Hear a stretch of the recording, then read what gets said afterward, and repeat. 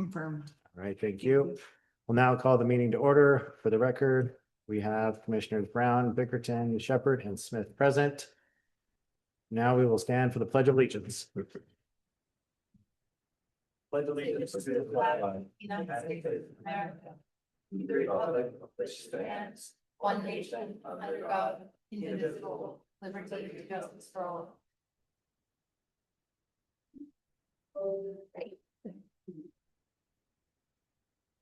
This commission provides for a public hearing for quasi-judicial administrative land use decisions, appeals, legislative actions specific to land use regulations. This commission makes final decisions on conditional use permits, variances, and appeals, and makes recommendations to the city council for subdivisions, rezones, annexations, and code or comprehensive plan amendment. As a matter of order, the format for the public hearing will follow the following process: presentation by the applicant, presentation by city staff, public testimony, rebuttal testimony from the applicant, discussion of the hearing amongst the commissioners, and the decision.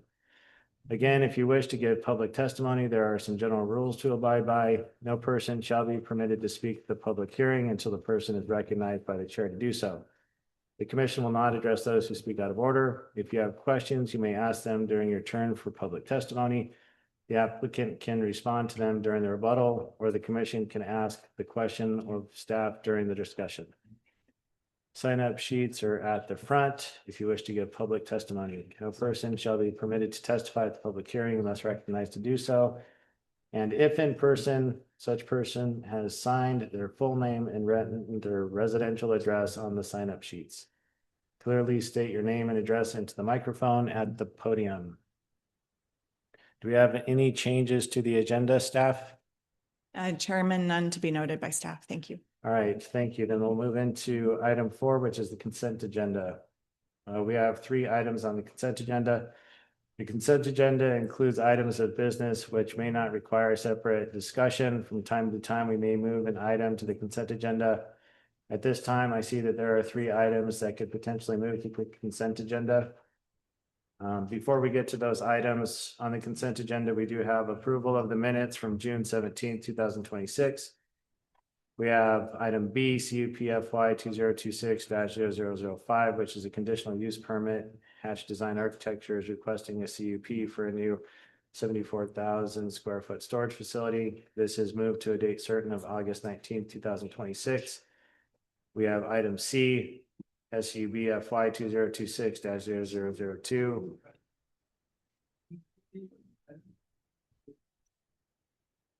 How about now? Is that better? Okay. Thanks for pointing that out. Item C, SUBFY 2026-002. Julie Miller with Studio H Architects is requesting a combined preliminary final plat consisting of 3 residential lots and 0 common lots. This is moved to a date certain of August 19th, 2026. The items that are being considered to move to consent. Item 6A, CUPFY 2026-0006. Brian Schneider with Intelligent Design Mechanical Solutions, LLC is requesting a conditional use permit for service provider at 4290 West Chinden Boulevard and 43rd Street. And this is in the C1 Highway Commercial Zoning District and C2 Mixed Use Commercial Zoning District. Do we have the applicant present? Would you mind standing up, please, and stating your name for the record? All right, thank you very much. And have you read the conditions? Yes. And are you in agreement with the conditions? Thank you very much. Staff, is there any reason why this item would not be considered to move to consent? Chairman, no reason. Thank you. Thank you very much. Is there anybody here from the public that wishes to testify on this item? Seeing no members of the public to testify on this item, is there any members of the commission who would like to have this item remain on the agenda for discussion? All right, thank you very much. Then we will consider a motion when appropriate for this item to be moved to consent. The next item is 6B, CUPFY 2026-0007. Bruce Gestrin with Proctor Family Trust is requesting a conditional use permit for service provider at 109 West 38th Street and West 38th Street. This is located in the C2 Mixed Use Commercial District. Do we have the applicant present for this item? Thank you, sir. Will you state your name for the record, please? Thank you very much. Have you had an opportunity to review the conditions provided by staff?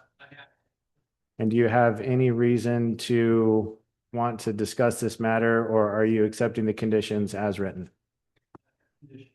Thank you very much. Staff, any reason why this item would not move to consent? Chairman, staff finds no reason why not. Thank you very much. Are there any members of the public here that wish to testify on this item? All right, seeing none. Any members of the commission who would like to discuss this item as opposed to putting it on the consent agenda? No. All right, thank you. We'll add this to the items that we can have a motion for to move to consent. Item 6C, CUP FY 2026-0011, Adam Bruns with Superior Solutions LLC and Benjamin Sweat with, sorry about that, with Treasure Valley Glassworks are requesting a conditional use permit. So you're the applicant? All right, thank you. Can you? Oh, there you go. So have you been able to review the conditions of the staff's document? And are you in agreement with those conditions? And you too, sir? Thank you very much. Staff, is there any reason why this item wouldn't be moved to consent? Chairman, there are no reasons identified by staff. Thank you very much. Is there any member of the public here that wishes to testify on this item? All right, seeing no members of the public here to testify, are there any members of the commission who would like to talk about this or discuss this item as opposed to move it to consent? No. All right, thank you very much. I appreciate that. We'll consider a motion for these three items to be moved to consent. So at this point, we have the consent agenda, which includes items A, B, and C. And then we have the new business items A, B, and C under section 6 that we can entertain a motion to move on to consent. Chair, and that we move section 6, subsections A, B, and C to the consent agenda. Second. Thank you very much. I have a motion and a second. Any further deliberation? We'll vote on moving those items to consent. All those in favor say aye. Any noes? No noes. Now that we have those items on consent, we can go ahead and have a motion for approval of the consent agenda. So moved. Second. All right. We have a motion and a second. Any further deliberation on any items on the consent agenda? All right. Hearing none, then we will take a vote. All those in favor say aye. Aye. Aye. The ayes have it. All right. Thank you. So any of those that were here for those CUPs, you're free to go, or you can stay for the other items. Thank you very much. I appreciate it. We will now move on to section 5, which is unfinished business. These are action items. First item is A, CPA FY 2026-001, the code text amendment. Jeff Hatch with Hatch Design Architecture is requesting to amend Title 8, Chapter 2B, Section 1, table to allow uses in all base zoning districts. So again, the format for the hearing will be a brief introduction, presentation by the applicant, city staff report, public hearing. Any individual testimony by the public for this matter will be limited to 3 minutes. If there is a spokesperson for a group, then it will be limited to 15 minutes. Rebuttal testimony by the applicant, and then close of the public hearing, discussion of the public hearing amongst the commissioners, and then the decision. So at this time, we will hear from the applicant, Mr. Hatch. Thank you, sir.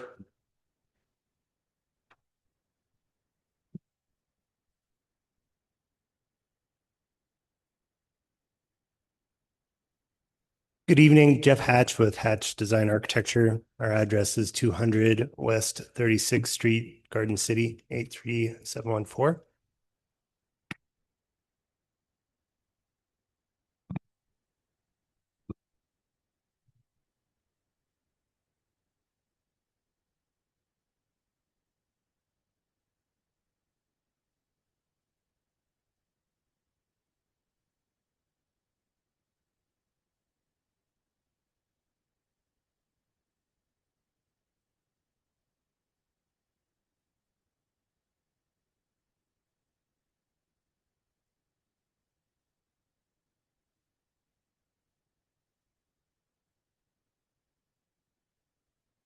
Good evening, Chairman Montoya and Planning Commission. Appreciate your time this evening in consideration of our code text amendment.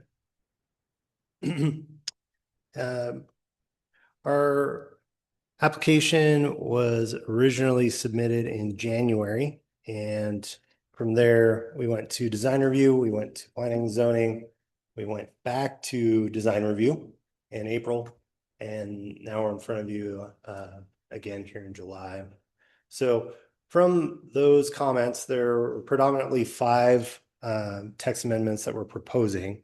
And so we're looking at an amendment to Title 8, Chapter 2.5 for the allowed definition of a urban storage facility. And so that would be an adjustment to the table of allowed uses.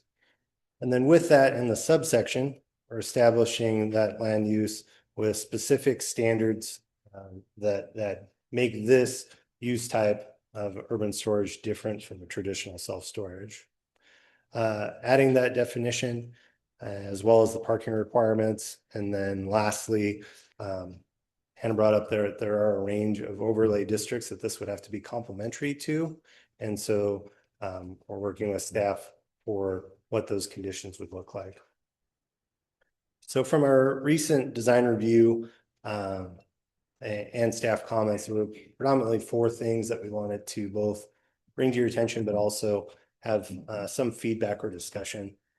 In regards to ground floor activation, that was something that design review spoke to, that this commission spoke to, and we went back with various different solutions to design review and got their feedback. And so with that, they're able to settle on the minimum depth of 15 feet to be added to the standard of that section for activation of all the street facades. And so we're in agreement with that, and we'll be fine working with staff on section 50 to provide that verbiage and meet the intent. From our discussion with this commission, the concern was originally design review was thinking like 100% of a floor area, and then we were trying to figure out like, what does that mean when you have a large acreage site versus a small acreage site? And so the intent of that engagement of the pedestrian with the street and the connection with sidewalks, we're able to achieve that in a case study manner in a depth of about 10 to 20 foot. And so they settled and we're comfortable with that 15 feet. So the second consideration, which in talking with the applicant, they're fine at removing this, and design review wanted it removed. So I just want to clarify that, but I did want to bring up for discussion with this commission because design review is looking at it from an aesthetic lens. You guys look at it from a planning and zoning lens. And so if we're isolating certain uses, we do this in some vicinities for different reasons. I know the city of Nampa has a 2,500 foot separation distance for these types of uses. And so, comparatively, we have a long but also narrow city. And so having something that big and expansive works for Nampa. It would not work for Garden City. It would basically kind of encapsulate the entire city in some dimensions. So for consideration, we still feel with the case study that we did with the 3 locations that we are currently looking at in Garden City that the 1,000-foot exclusion would work, but with consideration, design review did not want that. And talking to our applicant, we're fine removing that if this commission so chooses. But I did want to emphasize that there are other local jurisdictions who see value in that, and that's a consideration for you. The other consideration that design review wanted us to remove was the maximum lot size. And really the intent of urban storage is that you don't get this sprawling storage of the traditional storage in areas where they're taking over expansive lands or they have phases to do that. And talking with design review, what they wanted us to do is address a story capacity minimum. And so that we're setting an expectation that kind of scrapes away that traditional storage, which I agree and appreciate and also understand is suitable for an urban dynamic. With that said, it's their understanding that if you're building something that's 3-story, it will force it to be more compact. You're not going to be building acreages of this product. You may tie it in tandem with a commercial development, with a housing development, and it still encourages the intent based on forcing a height standard versus a lot standard. So we think it meets the same intent of wanting to make sure that these are compact. And then lastly, as far as the NCN overlay policy, I think the consideration there with both the NCN and also the TOD was making sure that we have specific standards in place that if you were to propose this use similar to housing development or anything else in an overlay, that we have specific requirements or restrictions applied to that use above and beyond what is standard, because that's the purpose of the overlay. And so with that, in the staff report, Hannah had 3 suggestions of verbiage of what that looks like. We've reviewed that with our legal counsel, also reviewed that with the clients, and they seem agreeable with that text. I think it helps kind of convey the expectation of that overlay. So that would be kind of a recap of what we discussed at our design review. And I will stand for any questions. Thank you, Mr. Hatch. So in the decision document, it looks like there's really nothing in here that you're looking to have much of a discussion on at this point. Is there any We're further decision? general agreement with staff. I think the 2 considerations would be, 1, do we want or do we not want that exclusion of the 1,000 square foot radius? So if you have strong feelings one way or another, we are open to that suggestion. At the end of the day, we want this to be suitable and appropriate for Garden City, not another town, even though we're doing comparisons of other towns. And then in addition to those considerations for the overlay, if there is any additional emphasis that the commission would like to see for those, we will continue to work with staff on those conditions to make sure that they're fairly clear. But right now, I think the intent would just be to work with staff on the logistics of those. Thank you very much. And I appreciate you working with staff and coming back here with the revised application. So thank you. I appreciate that. Staff did provide to us an update that was sent last night. Can you walk us through what was exactly changed on this? I didn't actually have a chance to review it. So if you could just help the commission out just with what the changes were. Yep. These are the changes. So I just kind of recapped what Abby, our legal counsel, did. So we indicated the verbiage for the 15-foot depth for the criteria for ground activation. She left it open-ended currently for the 1,000 foot. So if we want that excluded, we would just need direction to do that. That'll be amended. She removed the lot size for section 50 and updated that with the minimum criteria of the 3-story. And then as far as the overlay, that one would be the one that we're still working with staff on, but our intent would be to accept the 3 conditions, recommended verbiage conditions that staff has provided thus far. Okay. Are there any questions for the applicant? Commissioner Brown? Mr. Chairman, I think I do have a fairly simple question. In reading the stuff that was submitted that we didn't see until tonight, essentially what you're saying, that's essentially what you briefed us on, right?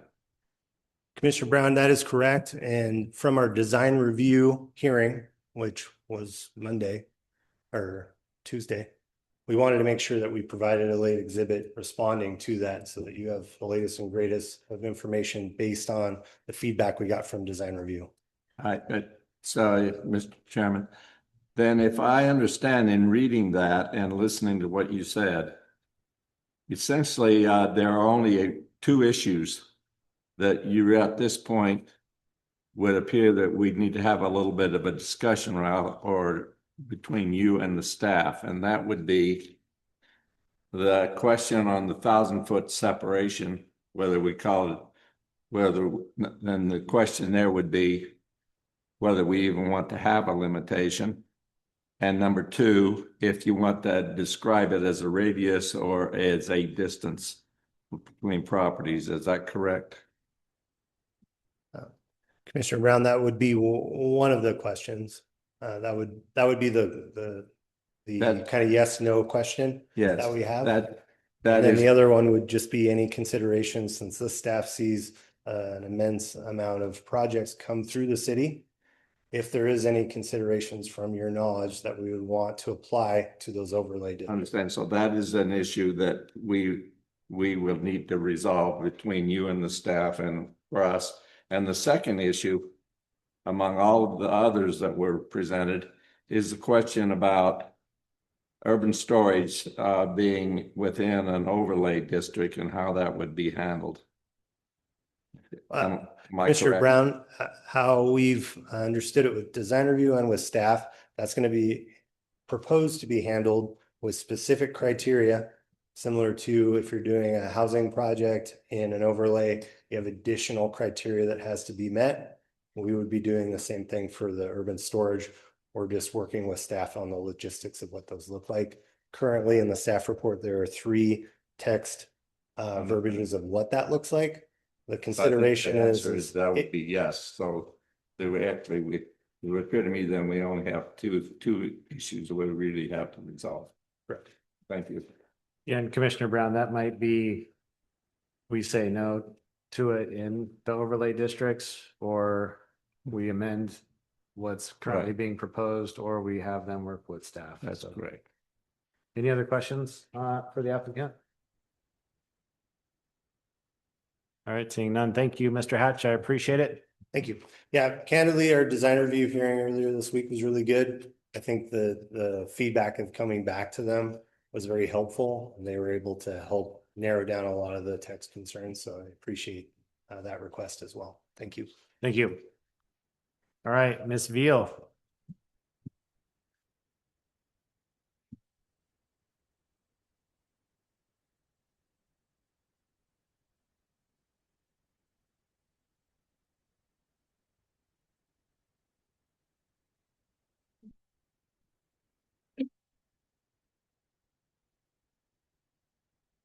Good evening, Mr. Chairman and Commissioners.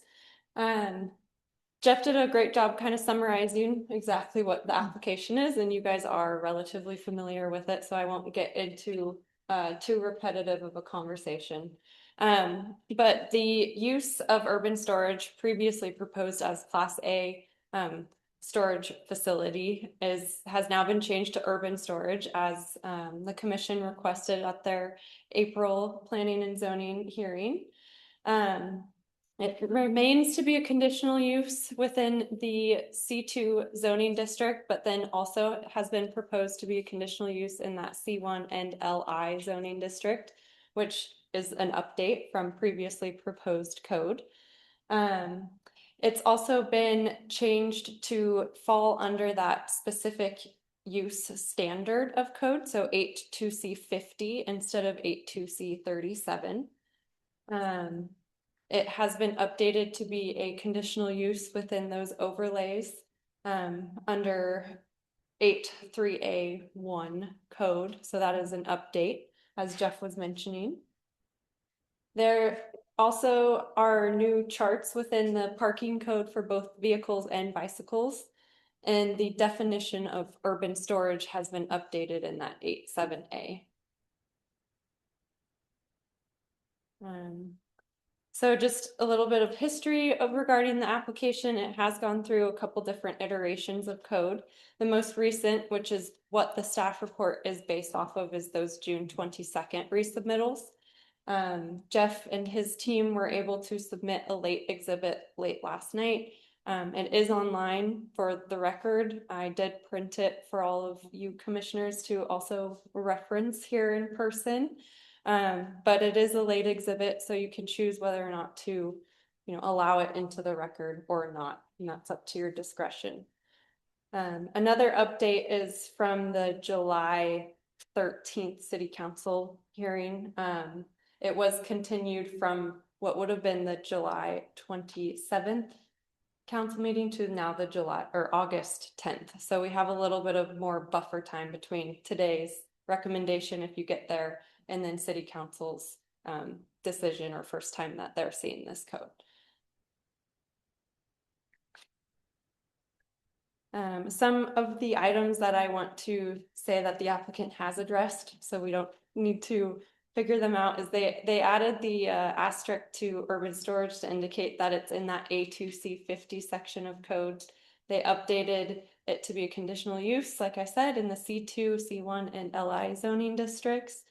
That vague verbiage regarding the bike rack and bench, etc., language was removed. And then the ground floor language also references the design review standards of 8.4C. So when a new storage facility comes in, they'll meet those commercial design standards. The formal definition was updated and renamed to urban storage. Within that definition and within the 85C50 code, the subjective state-of-the-art security and lighting language was replaced with actual objective and measurable standards. So that way staff in the future can apply code. And then parking was updated. So there are a few remaining open issues. And so the first being the definition. What was proposed in the June 22nd submittal packet was still trying to be more regulatory than just describing what a use is. So we had discussed it at design review and in the staff report to be a little bit less prescriptive in that definition and add those requirements to the 82C50 code, because the definition in and of itself can't regulate. So if they wanted to regulate to the 3 stories tall or 3 acres maximum, it would need to be within the actual 82C50 code instead of the definition of urban storage. And I will admit, I have not looked at the revisions of yesterday's resubmittal, so I don't know what that looks like, but that was a request from design review, is to continue to be a little bit more subjective in that definition versus objective. The next issue is the 82C50B1 is remove it as redundant, because within that code, it doesn't need to say that urban storage is only allowed in the C2, C1, and LI zoning district. That table in 2B is already doing that. So we don't need to double dip. So staff recommends to just remove that requirement, which I believe Jeff has said that they're in agreement to. Similar with the cross-reference, so the 82C37 cross-referencing, that is a cross-reference to storage. So we have a bunch of different storage uses within our code already. Urban storage is not one, which is why Jeff is here today requesting that, but we do have a self-service storage facility use already established, to which this code, this proposal, does reference portions of that existing storage code. It kind of picks and chooses different provisions out of that code instead of fully cross-referencing. And it might require a little bit of more discussion today here amongst the commissioners as to what is appropriate. Should urban storage be in and of itself completely separate from the other storage uses within our code, and it can pick and choose those provisions out of code to apply for itself, or should it cross-reference, say for example a self-service storage facility, because is urban storage mostly self-service storage already? So and I don't know if I did a good job at explaining that, but I can pull up code too if you have any questions. I can kind of explain better maybe what I mean there. And then the design review trigger. So within the proposal, it did require that the use would need to go through design review. However, with this being a new use, and in most instances, I would expect it to be a new construction. type of facility, it will already need to go through design review as a new construction. However, in the off chance that there's an existing facility that wants to transition itself from something to this urban storage facility, it may or may not have to go through design review.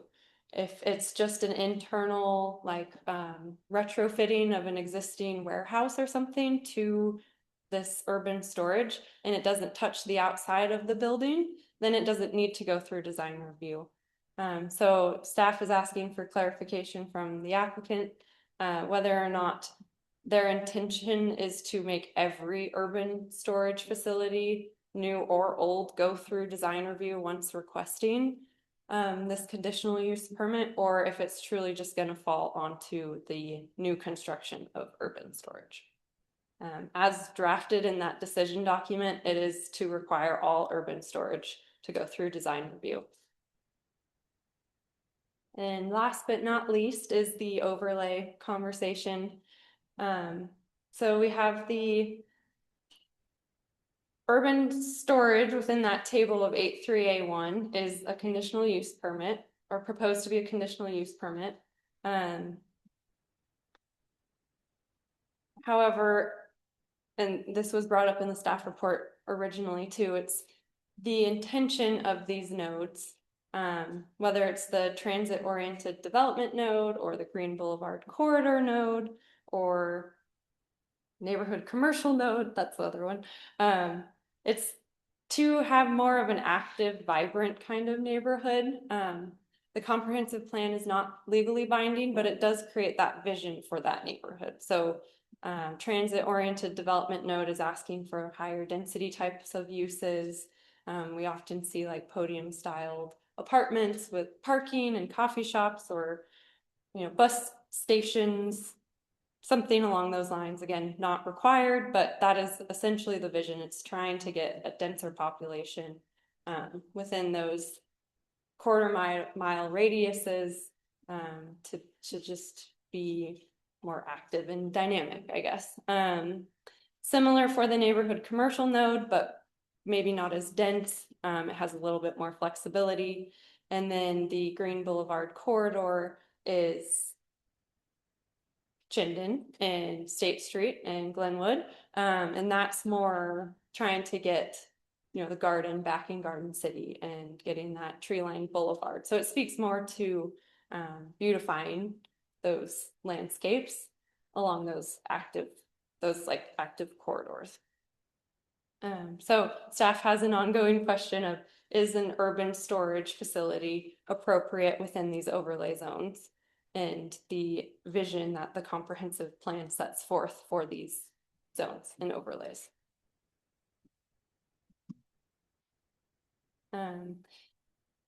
Yeah, I should have switched slides, but so the applicant has stated, at least at the design review consultation, that that they're willing to try and create specific verbiage for these overlay zones to be more in line with overlays and their purpose and their vision.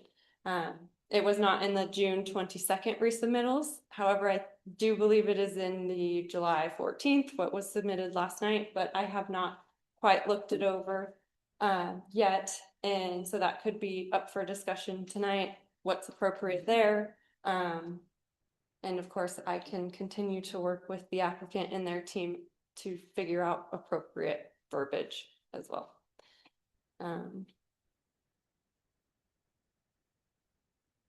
So without having that specific verbiage within the code, then staff's recommendation is to not have it be an allowed use within those overlay districts. And so tonight, the commission's options are to approve as condition in that decision document, which does speak to a lot of what these outstanding issues are, like the 1,000-foot radius prohibition. It should just be removed. Design review did not want to have it in there. They thought that it was speaking more towards a monopoly of this type of business, as opposed to something that the city and our zoning code should prohibit. It's already a conditional use as proposed, and so why not review each application on a case-by-case basis through the Planning and Zoning Commission hearing each time urban storage comes through. Another option is to continue the hearing, and that would be if you would like to see the revisions or digest what the most recent resubmittal is, that late exhibit. Maybe have a discussion, or just have the applicant come back with revised material to fix or address whatever is discussed here tonight and what was submitted. And then you can also recommend denial if you do not think that the code is appropriate as proposed or as drafted in that decision document, because that was drafted in both the approval and denial recommendation to go to City Council.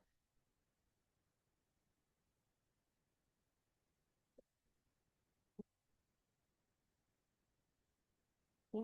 And so it's, as of right now, like I said, it's planned to go to City Council on August 10th. And I'll pull these up just for quick reference. It's staff's recommendation based off of those June 22nd materials and code proposal.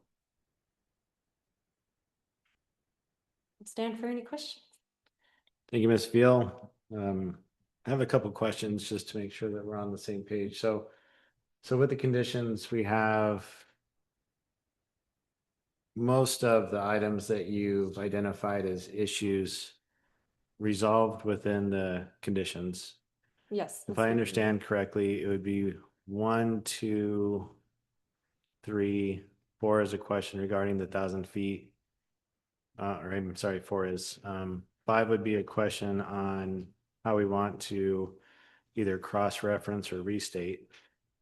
So we need a decision there. Yes, that is correct, Mr. Chairman. 6, 7 are resolved, and then 8 is the overlay. Yes, So that's correct. So if we want to deviate from the conditions, we can, but really we're talking about 4, which is the 1,000 feet, 5, which is cross-reference or restate, and then the overlay. Yes, Mr. Okay. Chairman. Thank you. Are there any other questions for Ms. Veal? Mr. Smith? One, Mr. Chair. Ms. Veal, are there any, and to your recollection, I know I'm kind of putting you on the spot here, within the entire code, but can you think of any other examples where there would be something like this 1,000-foot restriction in any other context where you can only have restaurants within 1,000 feet, or, you know, anything else where this would show up, or would this be kind of an anomaly in the code? Commissioners, I don't recall a specific use that has a restriction like the 1,000-foot between uses of similar nature. What I do know is that there are restrictions between uses that are in conflict with each other, like residential districts or uses versus a highly industrial type of use. Okay, but we wouldn't have something like, you know, you can only have a, I don't know, a pet grooming business with 1,000 feet away from another pet grooming business. So this would be a little different. Yeah, it would be a little different. We have, you know, sexually oriented businesses need to be 500 feet or 1,000 feet, whatever that footage is, away from schools. But not from each other. But not from each other. So what would be the purpose of applying this 1,000-foot restriction? I think the intent behind this proposal is so that Garden City doesn't become just a large urban storage destination. At least for the applicant's words. And I mean, I can let the applicant speak to that, but that is what I've been told. Isn't that kind of the reason for not having it in the zone to begin with? It just seems odd to say that's appropriate for the zone, but we can't have too many. I feel like we don't say that about anything else. We don't say restaurants are appropriate, but we can't have too many, or this is appropriate, but we can't have too many. It seems like we're sort of identifying this as an incompatible zone that requires this sort of restriction. Yeah, that is one way to look at it, which is why, like, my recommendation is to just remove it and base it on the conditional use permit alone and the findings within the conditional use permits, because we are obligated to look at those findings and see if it is compatible with the overall neighborhood, if it fits in the comprehensive plan there, is it safe for the neighborhood? There's all those requirements already ingrained within the conditional use permit application. So we can look at it on that, That makes. you know, like if there's two right next to each other, how are they going to interact? Okay, okay, thank you. Mhm. Sure, Mr. Chairman, yep. staff, if I may, sorry, in code, there is, of course, it would be the sexually, whatever it is, oriented businesses. There is in code that it cannot be located within Another adult oriented. another ordinance, yeah, so the use should also be located at least 1,500 feet from any of the following: another adult oriented business. So, sorry to Okay, be, yeah, that's I haven't read through I everything stand else. It's just- corrected. that was two above storage facility. I Yeah. haven't read through the rest of them, but This is just. Well, and we also have. we don't want pawn shop area or a storage area. Yeah. We also have drive-through establishments where if they're not within a shared like shopping center or parking lot area, they cannot be within 500 feet of each other. So that's another one that I can think of. Ms. Veal, I do have a question regarding the overlays and just really the zones in particular that this would be approved for. So it would be a CUP, which means that we would have the discretion to approve it or deny it, regardless of whether it's in that zone. Correct. So if there was a proposal and an overlay, and there was a discussion amongst the commissioners that it didn't work in the, let's just say the NCN, Mhm. we can make that decision based on the CUP allowances. Yes, Mr. Chairman. Thank you. Any other questions? Mr. Commissioner Chairman, Brown? that was one of the questions, and thank you. I'm referring to this document that was submitted yesterday, and I realize that you did not have an opportunity. But back on the issue we're just talking about our overlays. The applicant makes the statement,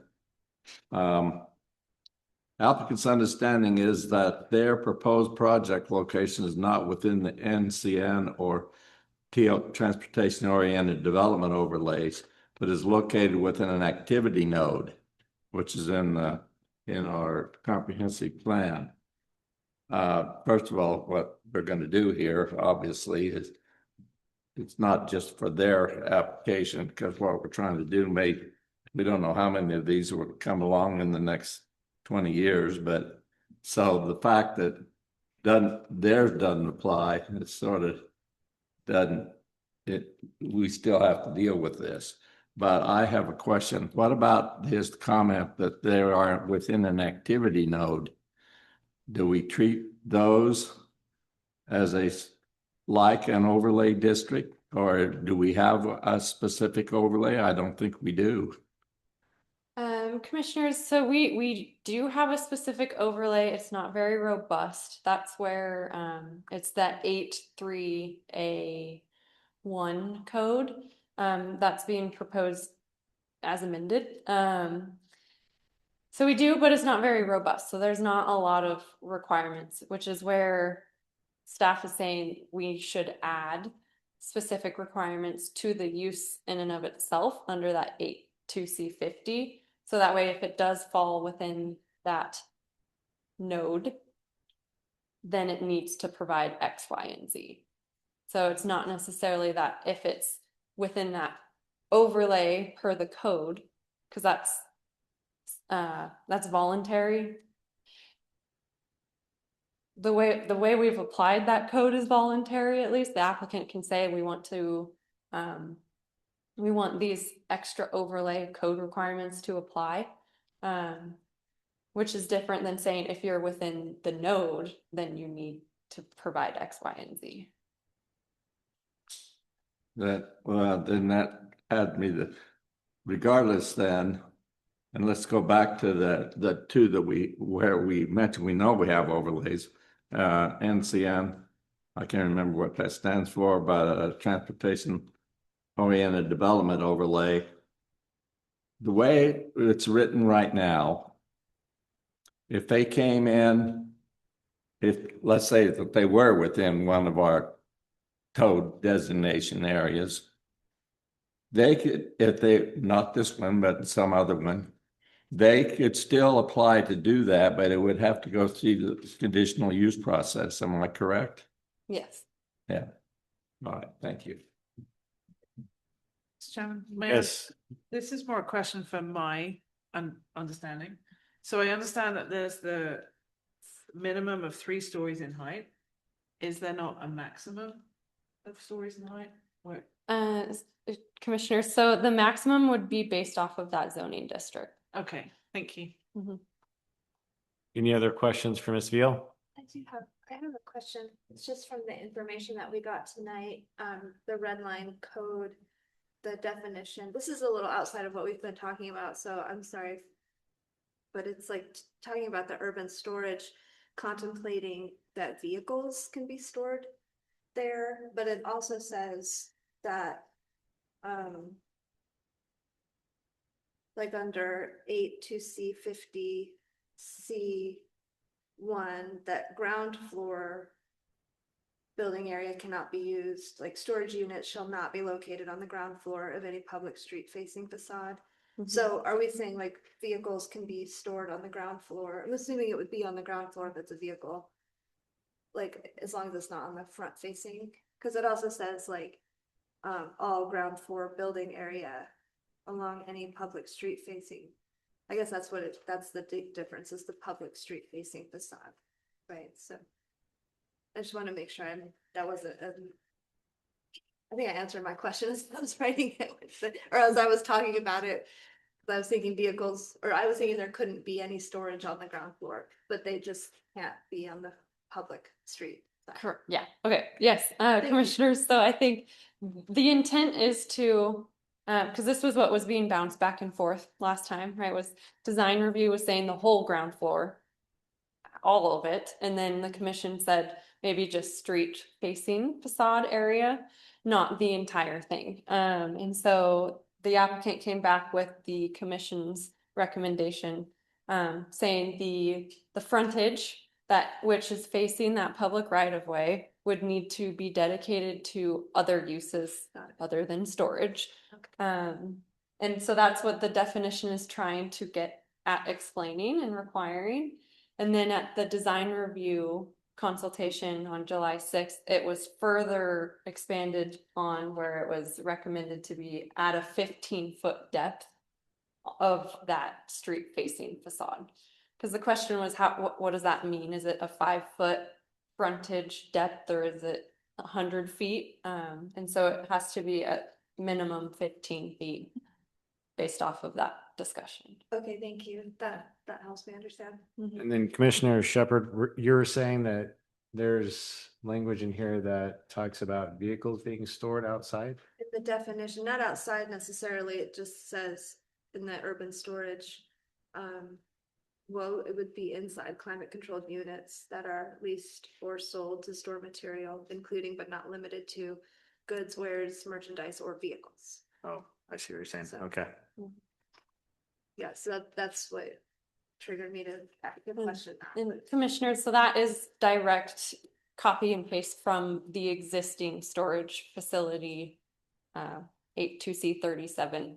Which is what code. So it's not a new sentence. It's just taken from what already exists in code. Any other questions for Ms. Veal? Thank you, Ms. Veal. Thank you. All right.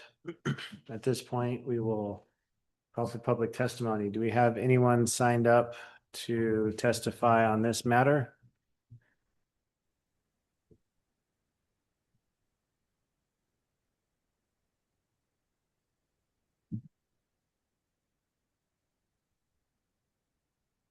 I haven't signed up, but if you're taking public comments, I'd be happy to give a very brief comment.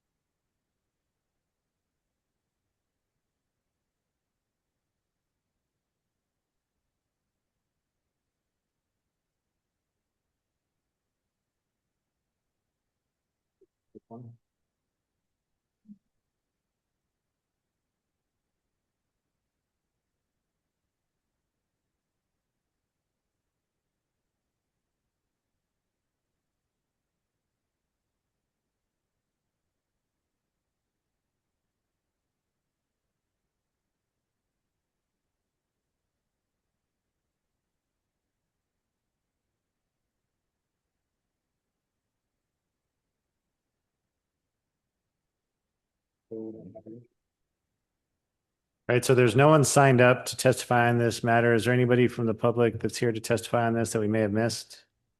I would like to, if possible, on Is there Zoom. anybody on Zoom that's Yes, on Zoom. wanting to testify on this matter? Yes, I would on Zoom. I can't hear. That looks like someone's Yes, to talk. yes, I would. Can you hear me all right? Mhm. Hello?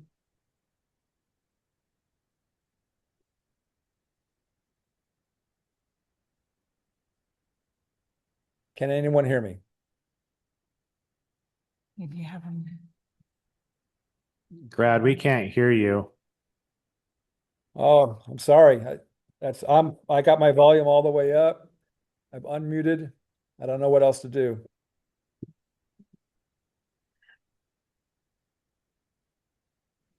Speakers.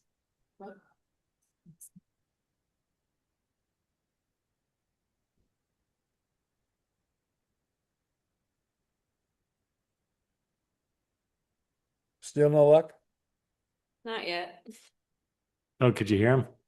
He's coming out of, yeah, the computer. Is he wanting to provide testimony? Very briefly. I can't tell. I hear mumbling. Very briefly, yes. Yes. Yeah. All right, if you could give us a second while we sort this out. Sure.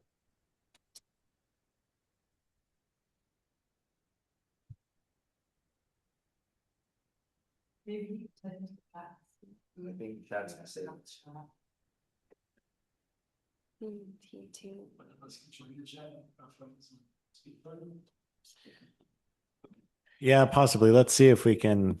Could unmute. Yeah, I think we did that last time. Still no luck? Yeah.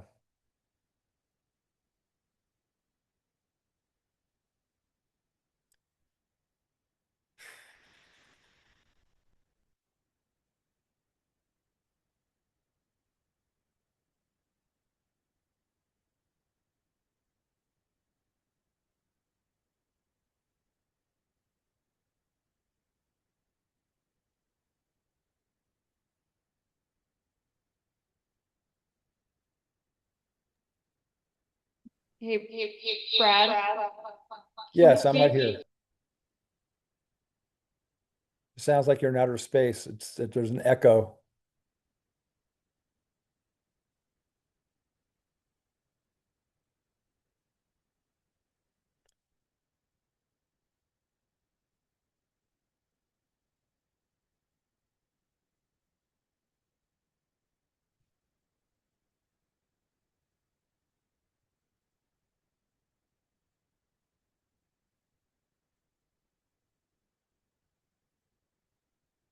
All right, Brad, go ahead.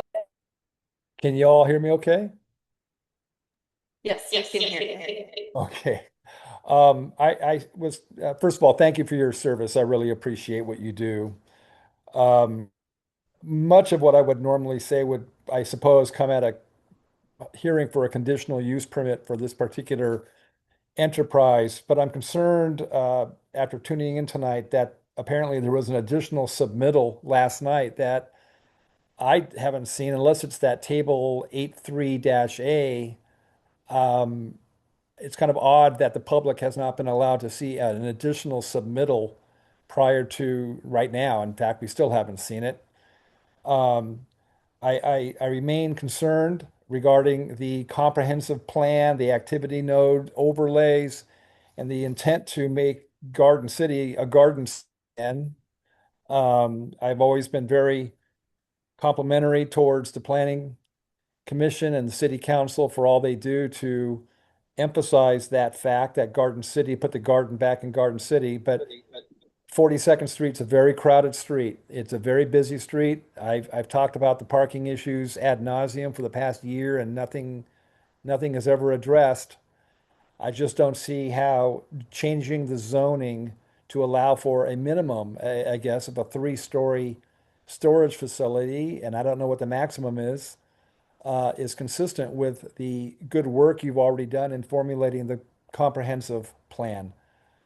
So I remain concerned. I think a lot of my concerns might be better addressed at a CUP hearing, but I appreciate the time you've provided and I understand the difficulties with Zoom.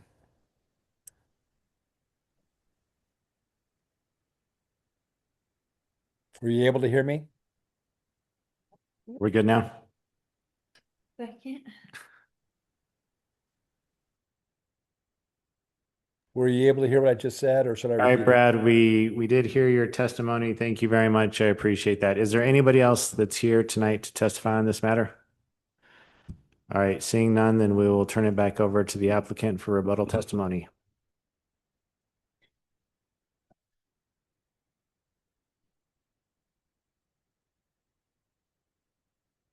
Chairman, Montoya, and Commissioners, thank you again for your consideration of our code text amendment. In regards to Brad's concern, I agree that the conditional use in the site that he's specifically concerned about can be addressed at a later date. As far as the concern for the late submission, I think from what Hannah's kind of recapped and what I'm about to kind of recap on what she recapped, that should essentially summarize that. That document will be available to the general public while we go to city council, should you choose so. So I think it will be available.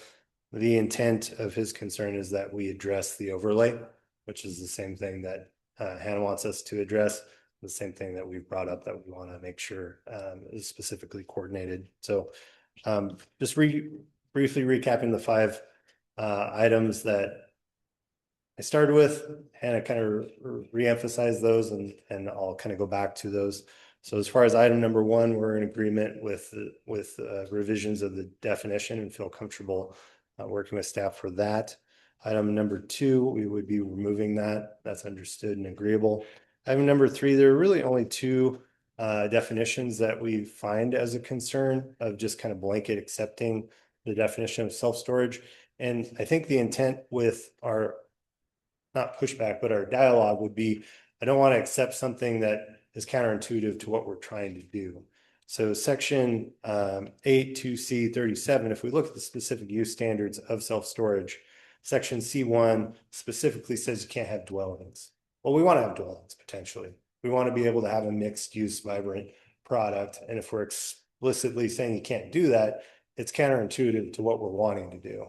And so if we're accepting that entire definition, that's fine, but we would want to be able to work with staff to either strike that in relationship or clarify that in some way so that we can encourage a dense development that will have a mixed use component to it.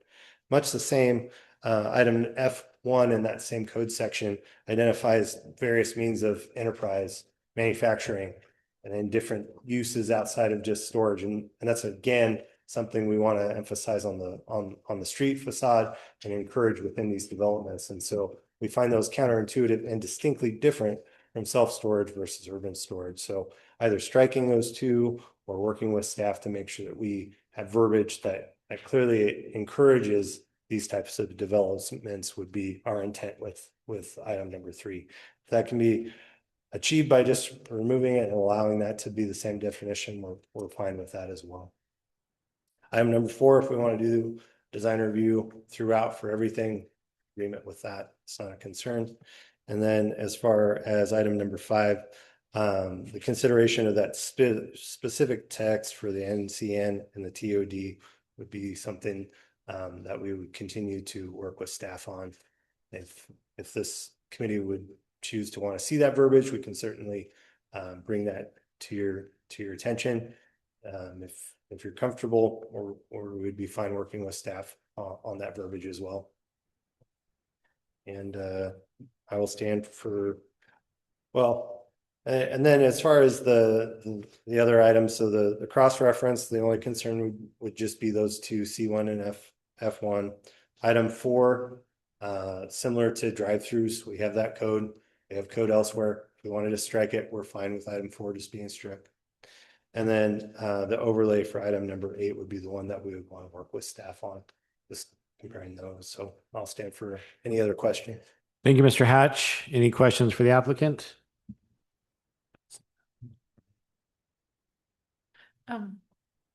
Chairman, if I may. Commissioner? You referenced the fact that code for outdoor storage prohibits dwelling.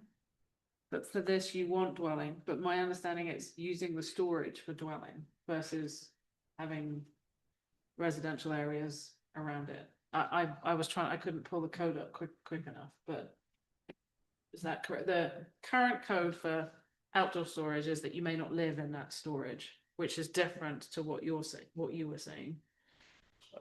Presumably you're not We're gonna have trying people living in the storage. not the storage unit themselves, but the building for sure Okay, within the structure. so it's a nuance. That's the concern. Okay, Yeah, since this is text, I just want it to be clear. thank you. And the same thing with F1 for the enterprise. Any other questions for the applicant? Thank you, Mr. Hatch. Thank you for your time. At this point, we will close the public hearing and have a discussion amongst the commissioners. Commissioner Brown. Okay, I think we've spent a lot of time on this, and I think the applicant has really responded to a lot of stuff that we requested and the design people. And so in my mind, I'm in favor of going process, recommending approval and sending it forward. There are 3 issues that I want to address. My position on that are in there. One of them that Ms. Veal addressed was the issue on urban storage, whether or not it has to go through design review and whether it was new construction or it was done that one that was where they were converting an older building. I think that should be resolved by just requiring it, as was suggested. If they're going to convert an older building that is it's for some other thing, I think it would probably be a good thing for it to go through design review, because I just think it would be a good thing. The other 2 issues, the one on 1,000 foot, I tend to think that Kimberly is going along with what I'm thinking. I don't see putting a limitation in there on what's there. I don't think that this is the proper mechanism for us to try and urge that you have mixed use by constraining and giving somebody a monopoly, which it really would be. And the other thing that is, in my former life when I was in the highway district, I recall on this very issue of whether you want like things close together. I realize it's a little bit different, but there was extensive testimony once when they were looking at approving the building that now has Home Depot in it up on Milwaukee. They had a bunch of experts that came in, and there was sort of the same argument that was trying to be made there, that the highway district should limit what they're doing, and they rejected that, and I think that was a good thing. I don't think that we should entertain and have that part of it in it. And that leads us to the issue of the overlay areas, including the idea that we have in our comp plan now of activity nodes. When we first started having overlays, the other 2 overlay districts, we didn't actually have that designation, as I recall, in the original comp plan that was added later. But all of that can be taken care of with a requirement that should be put in. I would be in favor of it, that in those instances that they would be possible to get a conditional use permit, and requiring them to go through the whole hearing process that you go to for that.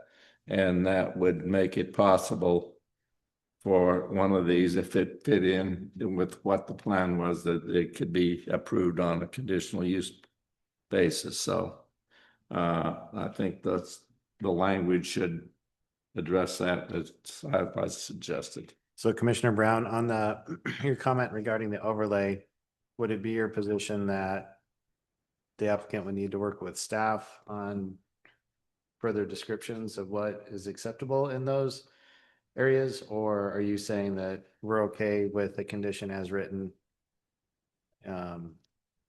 And that we would just see it as a CUP? I think we would just see it as a CUP as the way it's written. Okay. Anything else? No. Commissioner Shepard. Thank you, Mr. Chair. I also agree with Commissioner Brown about removing the 1,000-foot separation requirement, because it does feel a little bit monopolistic to me, and it can be handled within the CUP on a case by case basis. And I also agree that the applicant could work through a CUP or CUP on the overlay situation. So I'm in agreement with approving it as conditioned to recommending approval towards City Council as conditioned. Thank you very much. Commissioner Smith. So my opinion still hasn't changed. I don't think it's compatible with the comp plan. And with that said, the comp plan's a policy decision. Council can change the comp plan if they really want to accommodate this type of use. But I don't think, as the comp plan's written now, it's compatible with the active, vibrant, mobile type of things that we want in this area. I think one of the most similar establishments I can think of nearby is Premier Storage out in Eagle off of State Street or whatever that turns into. And it's as described. It's monitored, it's air conditioned, it's elegant looking. They have nice little trees. I mean, it looks pretty, but at the end of the day, it's a dead zone. There's just never anything there. And if there's anything there, there are cars, but usually it's just a huge block building that just has nothing happening. And I think that's the exact reason why storage facilities, even really nice self-storage facilities, are regulated to a different zone. And I was trying to do some comparison, looking at things that are conditional in C1, but not allowed in C2. And it's things like food products processing, lending institutions, vehicle washing, the sex clubs, which, you know, as my fellow commissioner pointed out, I think that's an interesting comparison, that they also had a distance with the idea of this is allowed, but we don't want too many of them. And I think it's interesting that we're thinking of this here. Oh, storage, that totally fits in this, but we don't want too many of them. And if it fits, why don't we want more of them? So I think that's sort of telling. I'm also a little bit concerned when we talk about, well, I don't think we should have, if this goes forward, I don't think the 1,000-foot thing is really going to help or change anything. But I am a little concerned with this idea of, well, if someone comes to us with another storage facility on a CUP, our criteria, we can't use there's just too many as our denial criteria. That's going to get appealed, you know, right away. So then how are we distinguishing this one we don't want to approve because just its existence is going to mean too many of these versus the first one that we did approve? So that's a little concerning to me that we're not going to be able to say, oh, we've just reached whatever sort of max we have in our head for how many of these we think are appropriate. So given all that, I would not want to recommend council approval unless the comp plan changes and they think this is important enough to change the overarching concept for this area. Thank you, Commissioner Smith. Commissioner Bickerton.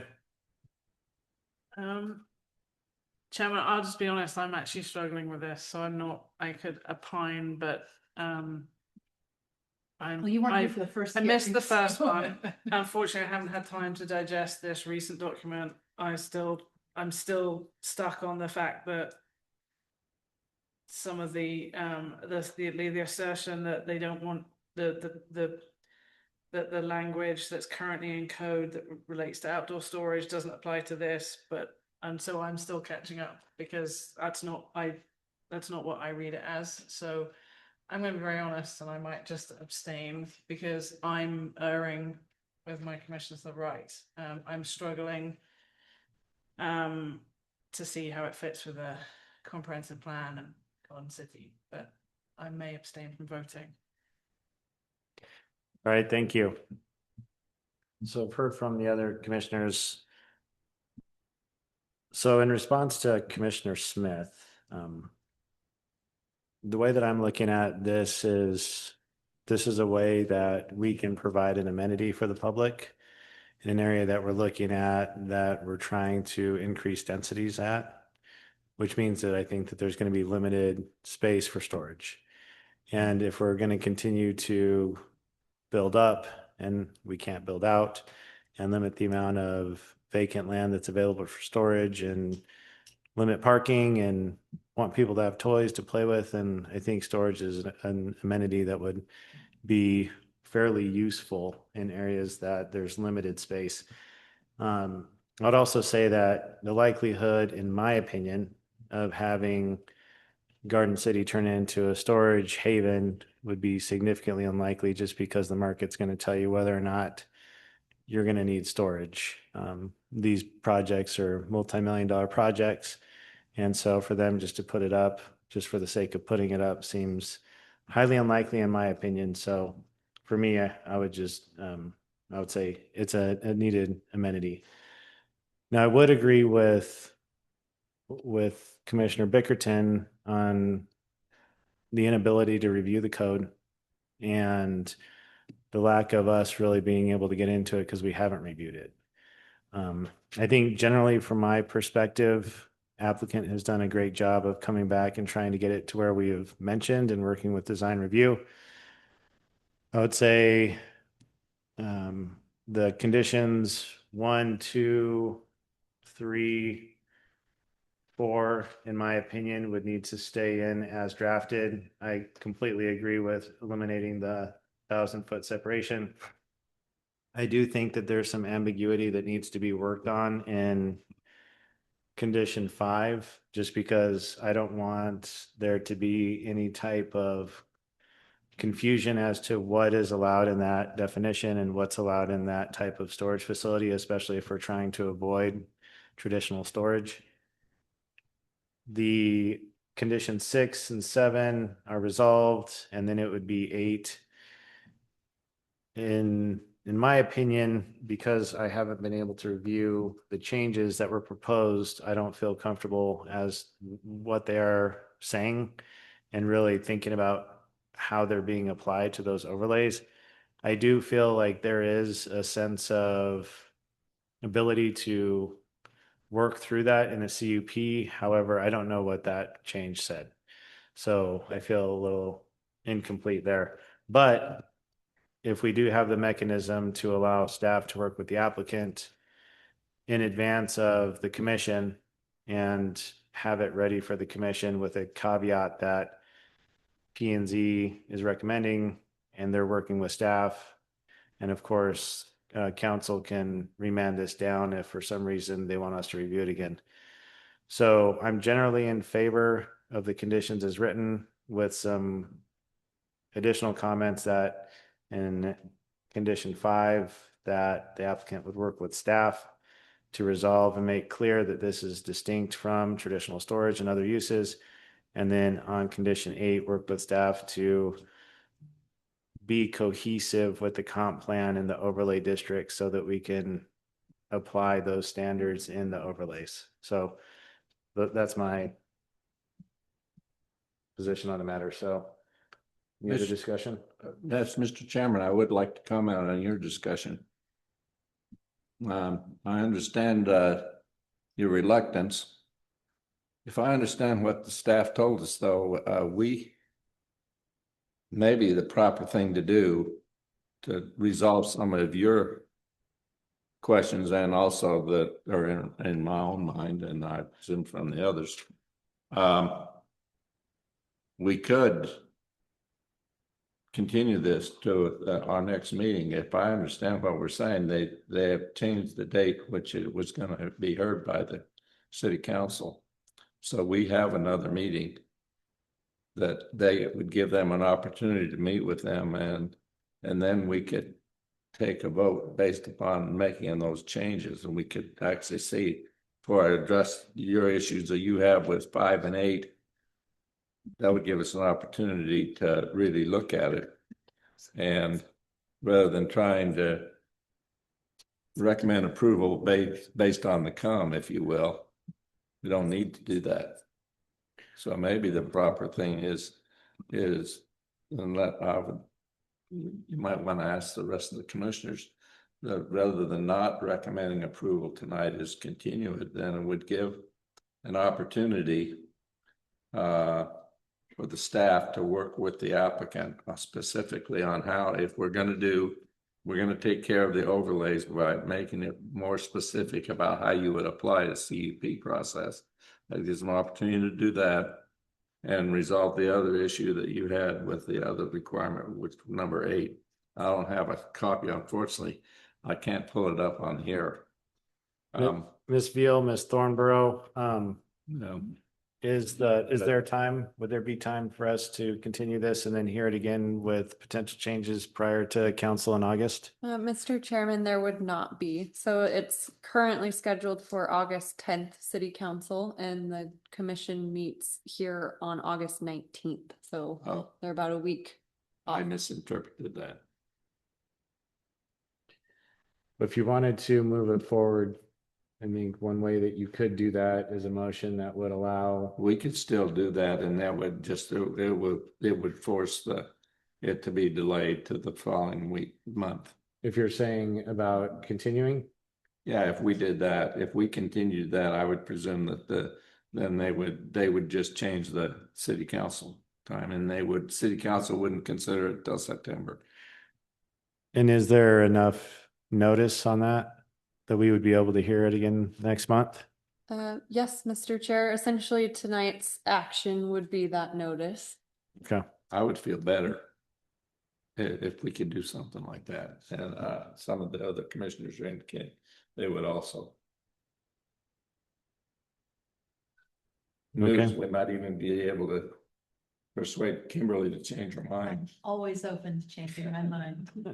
I would say though, if we continue it, just to make sure that we get all our application materials in advance of the hearing, so we're not scrambling at the last. Yeah, I think that's correct. That's part of the problem, the issue that what came in yesterday was too late for people to look at. We didn't see it. The commissioner didn't see it till tonight. So anyway, that's my thought. And my thoughts based on it is that I think that we should continue it.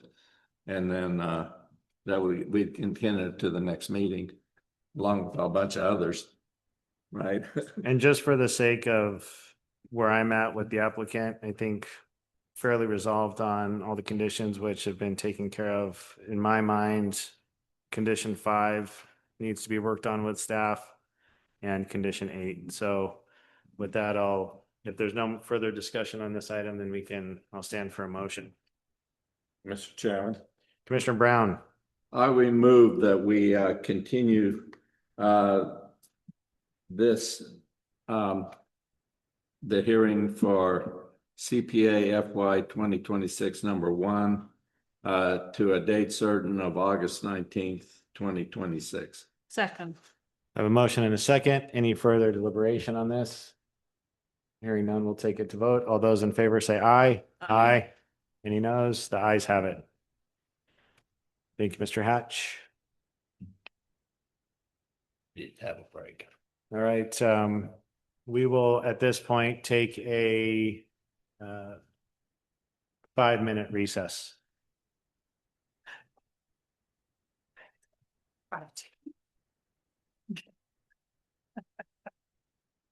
Thank you for getting me back to time.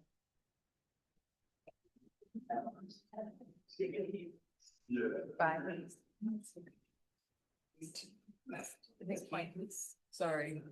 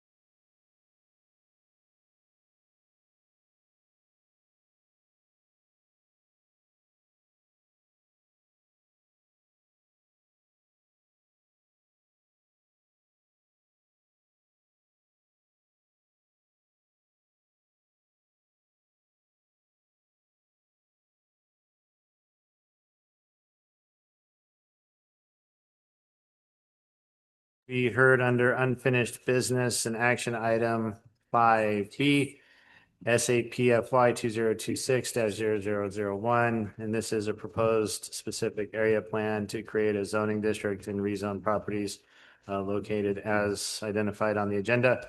And just again, for the record, the way that the hearing will be presented, a brief introduction, presentation by the applicant, which is the city, which will be presenting its report, public hearing.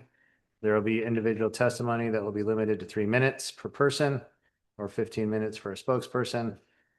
Rebuttal testimony from the city. We'll close the public hearing, have a discussion amongst the commissioners, and then we'll render a decision.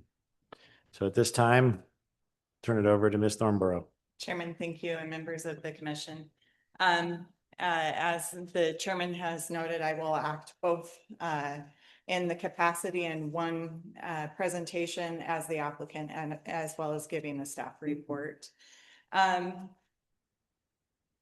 For background on this particular application, the reason that the city is bringing forth the specific area plan is because ACHD is getting ready to sell their property. And prior to the redevelopment of that particular property, city code does require that an SAP or specific area plan be adopted. And a specific area plan does two things. It becomes the zoning code for particular properties, as well as becomes a master plan. The purpose of this particular specific area plan that we've been referring to as the Heron Commons specific area plan district is to create a walkable mixed-use neighborhood that can function as a community destination, as well as provide public open space and public access to the Boise River Greenbelt. The last time that it was before this commission in May, there were two potential drafts. One that was classified as option A was a more prescriptive, structured code base and more standard code, where option B was looking to be more flexible and really looked towards a master plan to allow for flexibility. The draft A, the more prescriptive code, it was noted that there could be some potential unintended consequences where the code was really drafting what that area would look like. There were sub-districts, and that may be difficult for somebody to come in and actually develop that. They have market conditions that they have to adhere to, and that's really the city trying to figure out exactly what their development would look like. However, option B may have been too subjective and not adequately guide an expectation for that property, for the developers, for the community.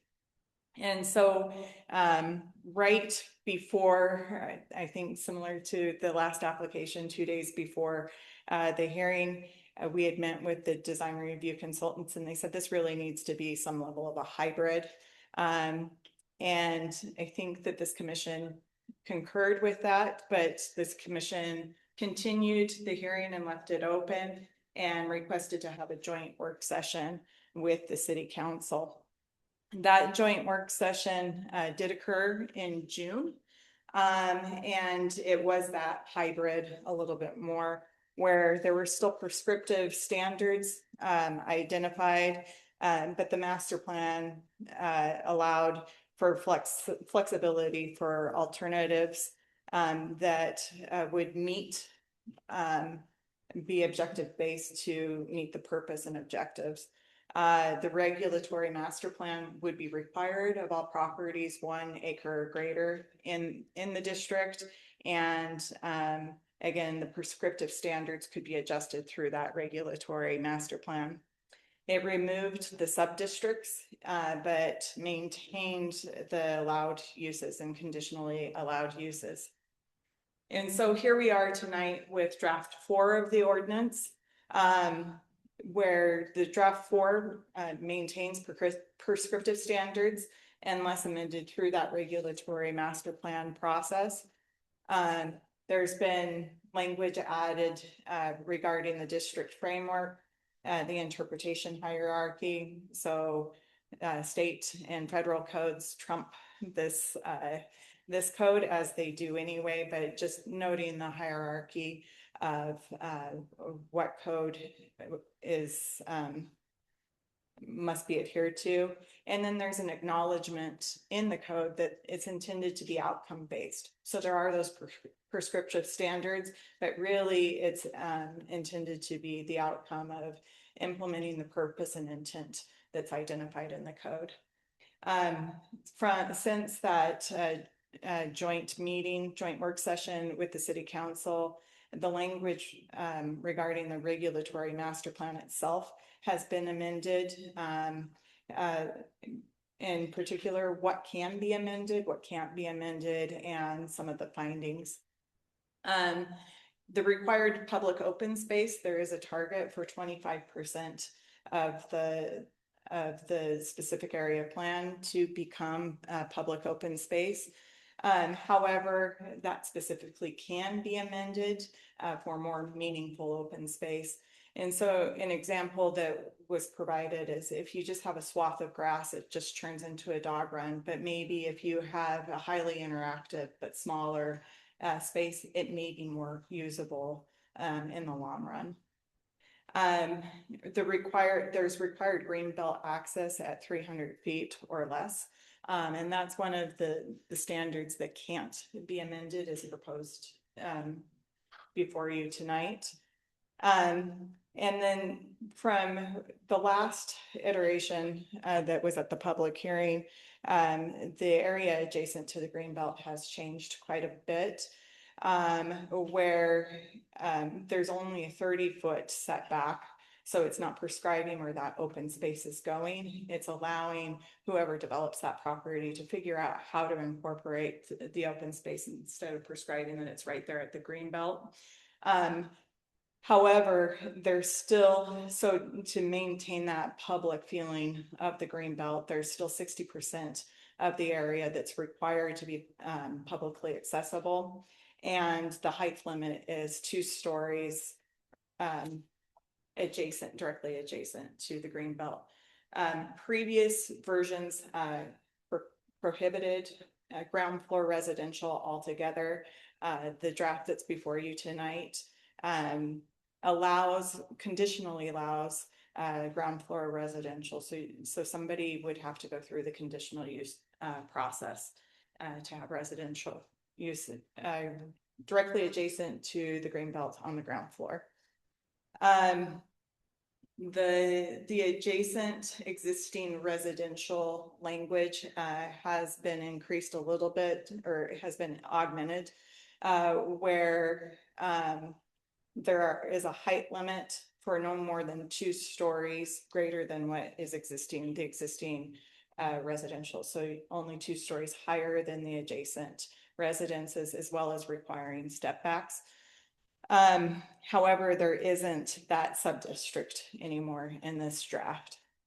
It's just a blanket. Any residence that's adjacent to this district would have those height regulations, have to adhere to those height regulations.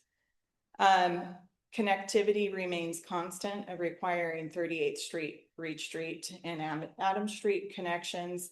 Thurman Mill is a bicycle path, as well as a pedestrian spine as a mixed use, potentially shared road, but highly focused on the pedestrian experience between the Greenbelt and minimally Adams. The required Adams connection is required for emergency access and bicycle and pedestrian access. And the code does note that the city's preference is specifically to preclude vehicular cut through, but that must be approved by ACHD. As a footnote outside of the code, ACHD has responded to the city, as you know, through your work session, that they would look at that Adams Street connection at which time development was approved. The city has since then sent a letter to ACHD, which they have not yet responded to, indicating that it's the city's preference that they make that determination in conjunction with this code. The previous performance evaluation for that Adams Street connection has been removed in this draft. And the reason for that is the previous waterfront district approvals require that for emergency access.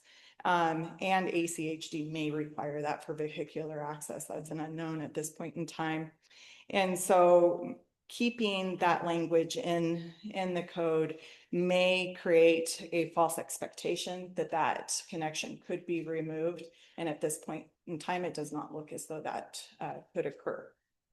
And then in previous hybrid version that was reviewed in the joint work session, the pedestrian spine had some prescriptive adaptability requirements to achieve the market to have a highly vibrant mixed use environment really in this location because of the lack of adjacent high arterials, et cetera. It really depends on having a supportive residential density, and that will take time. And so instead of having vacant ground floor commercial, having the ability that be potentially residential as it converts over time and there's more density to support more non-residential uses. Now there is just the developer will have to describe what they are doing to guide the future redevelopment to be more of that mixed use. So it's up to them. Do they want to put in fire sprinklers proactively? Do they want to put in ADA restrooms proactively? But it's no longer prescriptive in nature. The draft went out to you last Thursday. And since then, staff has received additional suggestions that was sent out to the commission and is now online as well. The first of which is to revise the language regarding Adams Street and 37th Street, noting that the existing segments are collectors. They're not local roadway classifications. However, the Adams Street segment in the waterfront district is a local roadway designation, and just making sure that that's very clear in the code. And a clarification that the Greenbelt connection, pedestrian spine, and Adams connection for emergency access and bicycle and pedestrian access cannot be modified through the regulatory master plan. However, allowing for the Reed Street and 38th Street extensions to be modified through that master plan process. So as long as there's adequate circulation, emergency service access, and public parking is provided. And those are the first changes are on pages 16 to 18 of what was sent out and what is online. With these additional suggestions, and the other changes are on pages 60 to 62 online, not the version that was sent out on Thursday. Staff has heard the comment, why don't you provide some AI generations of what this looked like? I did try to do that. Apparently I'm not an AI whiz, and it just kept giving me images that were enough off that I didn't feel comfortable bringing them forward. But as far as what the residential density would need to look like for the target within this code, this is a Google image of a 3 to 4 story structure.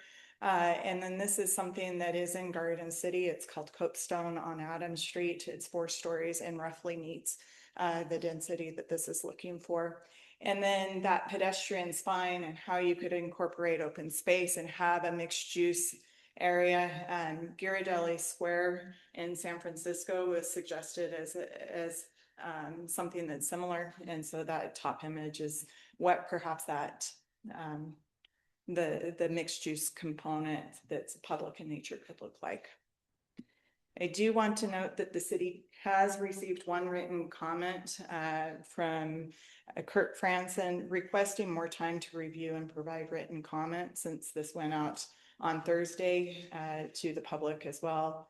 And there wasn't adequate time to provide written comment. So that was his request. The Planning and Zoning Commission is tasked with making a recommendation to the city council. The city council is scheduled to hear this on August 24th. And the next Planning and Zoning Commission is August 19th. So should the Planning and Zoning Commission feel that they would like to continue this for another go, it would not mess up the timeframes. However, if it even if it were to mess up the timeframes, we certainly could always continue the city council hearing. And with that, I stand for questions or comments. Thank you, Ms. Thornborough. Any questions? I have one, if I may. Commissioner Bickerton? Thank you, Mr. Chairman. The new requirement, just could you help me through a scenario? So the new requirement that if there's an existing residential property outside this zone, that the new building next to it can only be 2 stories. What happens if then, say there's a single story now, then they build a 3-story? We're going to end up with kind of teeter-totter. Thank you, Commissioner Bickerton. I do think that that is something that absolutely needs to be considered. In the staff report, it notes that this will create a more stringent zoning restriction than either current zoning codes would have, because you could have a situation where you limit something then to 3 stories, whereas everything around it could be much higher.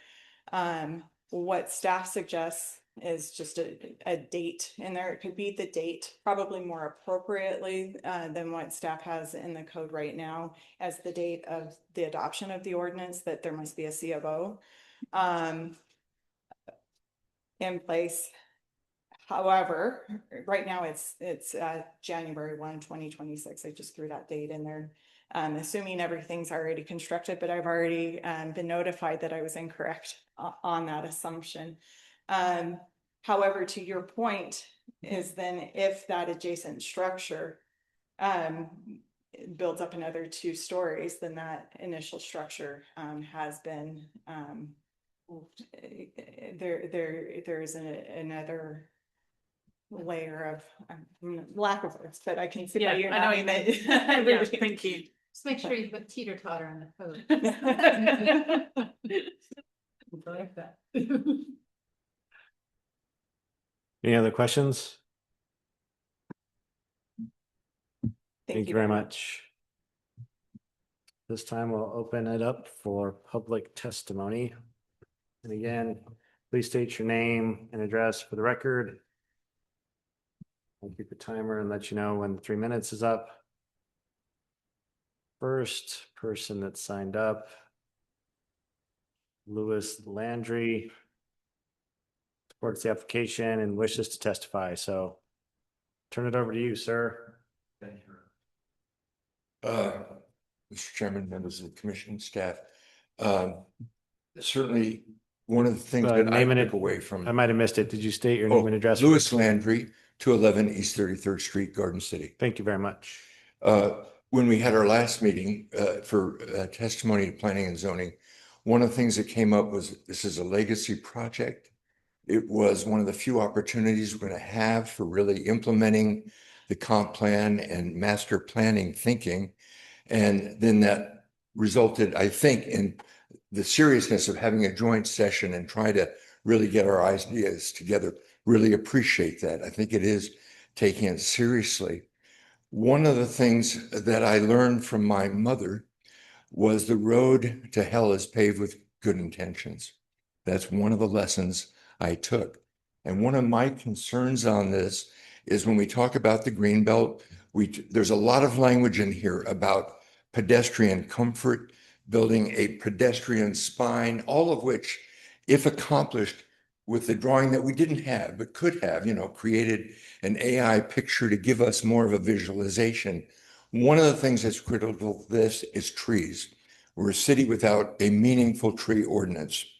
In this document, there's talk about, that the providing for good root structure development, et cetera. Another great thing that happened was to say, let's get some shade trees rather than the column trees, because that's what we're seeing now. It's going to be 100 degrees all week, maybe 100 degrees the next week.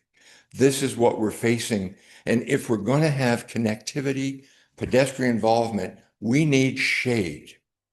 With that, one of the things I've noted here is it says, to the degree possible, use non-potable water. That's the Thurman Mill and that's the Fairview Acres.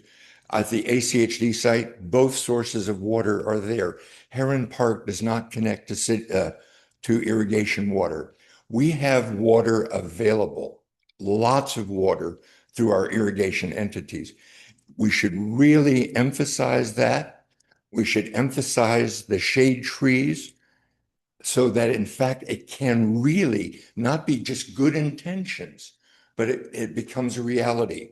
The other thing about the water, and I bring up the water to 3 or 4 projects that I have seen that did their due diligence as you required to plant a 2.5-inch caliber tree, etc. And now the businesses are closed. Roots along 34th Street, the trees are dying. On Reed Street, ACHD planted a whole bunch of trees that could be now part of this wonderful amenity. They're dying. So how do you insert this? I know that this may be a little bit more enlarged than you were thinking with this particular plan, but I think unless we insist on the watering of the trees, including some provision, when a business leaves, that there would be some way of attaching cost to that property that could be tax levied, tax lien, that would continue watering to the trees. These trees are precious and we don't have a means of taking care of them. Otherwise, the plan is theoretical in many respects. I really appreciate you letting me rant a little bit about the trees, but I think it's really critical. Thank you very much. All right. Next, we have Rod Linja. Again, please state your name and address for the record.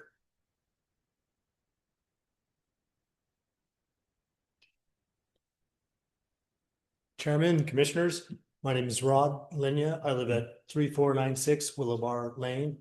I've lived in the waterfront district for about 13 years, and I've loved every moment of it. Some good things have really happened. I should also say I'm a professional engineer, a civil engineer, much like Mr. Commissioner Brown, and I've been practicing in Idaho nearly 40 years. And so I've done hundreds of projects for ACHD, ITD, cities, counties, highway districts, throughout the state. I'm getting caught up on this application, but it just feels to me like it's really being rushed and it's lacking some information. I'm concerned about the process, number one. I recognize that Garden City is the applicant, which is somewhat unusual. Normally it's a private enterprise that's going in and doing that. I would ask to make sure that Garden City use the same standard of care, same level of care that you would do a private developer. And with that, looking at the traffic impacts and what could happen in this area, I don't see anything being addressed in this particular document. All it talks about is like walkable connectivity, multimodal, but most SAPs require traffic studies. For example, the residents at River Club, they required a traffic impact study. Both ACHD and Garden City required that. In fact, Garden City required that be done and approved prior to even passing the ordinance. There's going to be real impacts with traffic, with cars, with mobility out there, just a lot of different things. And so I think, in my mind, looking at it just from a traffic standpoint, it really doesn't provide the necessary information, detail, science to really address what the potential issues could be here.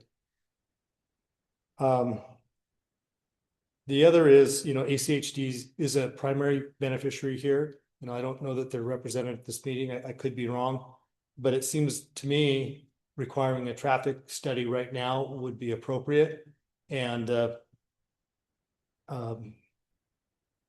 just like the residents at River Club, you know, you look at that 23 acres, this is 34 acres, so the impact's going to be real. The other issue is there's 16 properties affected. And so what happens with the actual development timeline? Are they all going to develop at the same time? No, it's going to happen. Maybe some properties are going to be consolidated. Do we do 16 traffic impact studies? How do we get the appropriate infrastructure in place to actually address the potential impact of this development? Mentioned no discussion of like public transportation, transit or related infrastructure. I think others are going to talk about density and also the height of buildings, the 5-foot setback from existing neighborhoods. And I think that we can do a lot better here. I feel like there's contradictory terms in the SAP that are going to present problems, not solutions in the future as this moves forward and this gets developed. So I have a lot more to say, but I understand that's 3 minutes. Yes, sir. Yep. Yeah. Thank you. Be happy to talk more. And like I said, I've missed the past meetings. I've been traveling and I apologize for that, but this is very important to me personally. Thank you. Yeah, and Commissioner Smith just reminded me that you can always submit written testimony as well. That can be added to the record in the future. You know, I was going to get a comment on the Street connection. You guys can still do that? Nope. Send us a letter. We read them, I promise. All right. Next up, we have Alan Schneider.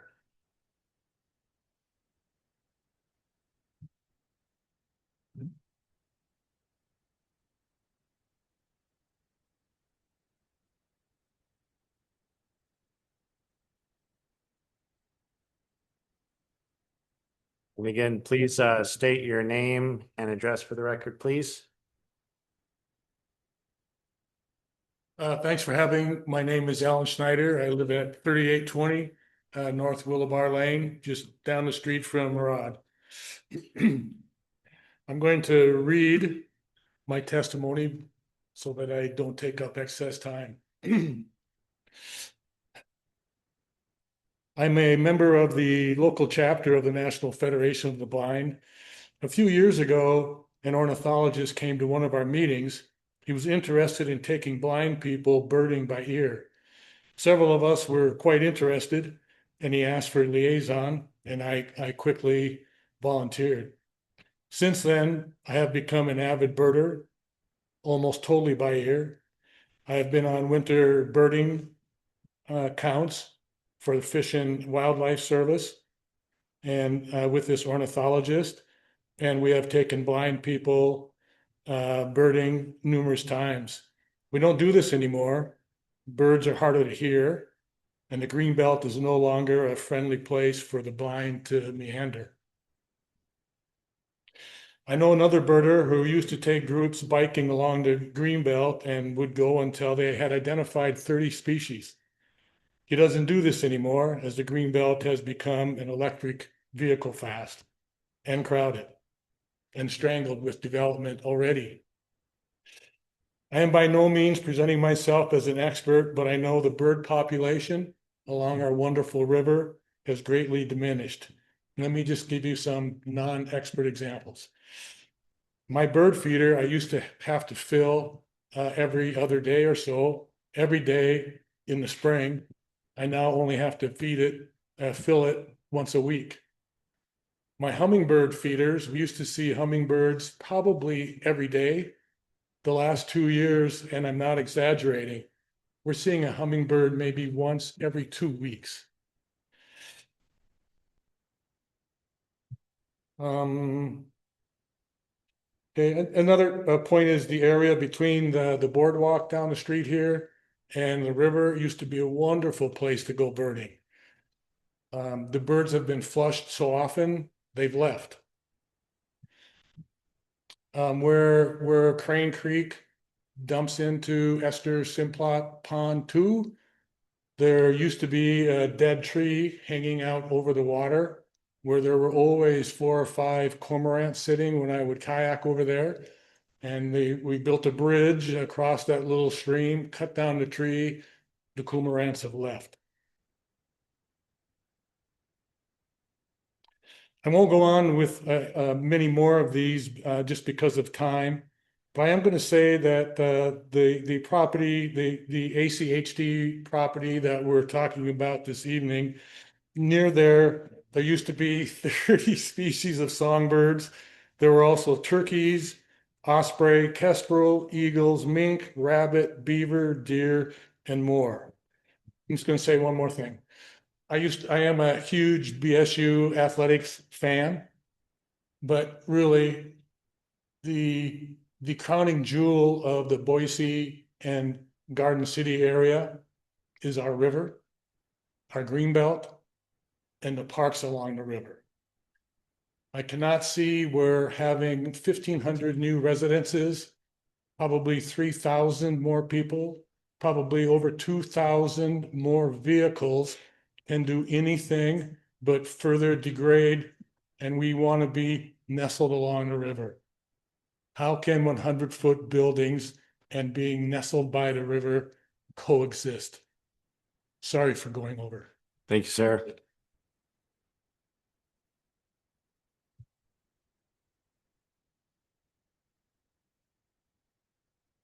All right. Next person up for testimony, Hannah Schneider.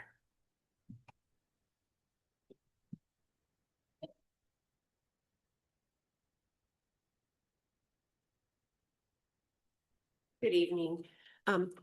My name is Anna Schneider. I live at 3820 North Willowbar Lane, Garden City. Al and I live together, and we live on the last three houses on the west end. We live in one of those. And Rod, I am going to talk about the extension, but probably not the way you would. I would like to speak about the idea of extending Adams into the waterfront district. In extending Adams will invite vehicles into our neighborhood and onto our packed narrow streets like we have never seen before, and already there is too much traffic. I feel like the neighbors that live along Adams in our neighborhood would be living beside a busy thoroughfare if Adams was extended, and for myself, that would be dreadful. The intersection of 36th Street and Adams is becoming increasingly unsafe because of pedestrians, strollers with children, strollers with pets, bikes, e-bikes, scooters, e-scooters, cars, trucks of all sizes, paddleboarders, and vehicles that are parked. I would like to encourage all of you to visit this intersection in person and physically experience Adams Street in our neighborhood and that intersection. You need to see for yourself what is happening there. And please visit multiple times on different days and different times of the day, especially on the weekends. Outside traffic into our little village has already caused considerable damage. Our home was hit by a drunk driver during one night. The front end of a car was sitting in our office. Fortunately, our bedroom was at the other end of the house. Luckily, there were no serious injuries. This was $14,000 worth of damage to our house. Once, a car was high-centered on the fire hydrant on our end of the neighborhood. Another time, one of our large landscaping rocks was pushed out of place by a car. It took a truck and a rope to pull the rock back into place. One of my large flower pots, another time, that is right by the garage door, was run into and pushed out of place. One time, there were tire tracks running alongside part of the fence between ACHD and us. I don't know how many times our spark light service has been knocked out because someone ran into it. Landscaping and yards have been run over as cars are trying to get turned around and out. These are occurrences I am aware of, and most of them happened during the night.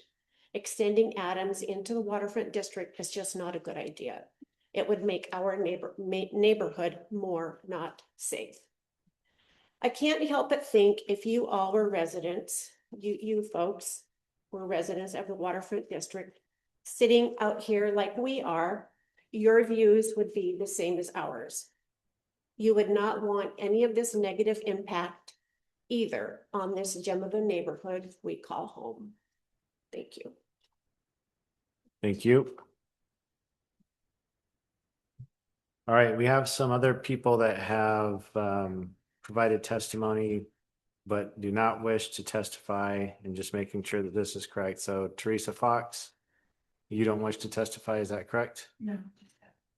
Okay, so Teresa said, it would seem this entire plan is contingent on current property owners selling their property. If current owners do not choose to sell, do you have an alternative plan? Will selling property be compulsory? So this will go on the record. Thank you.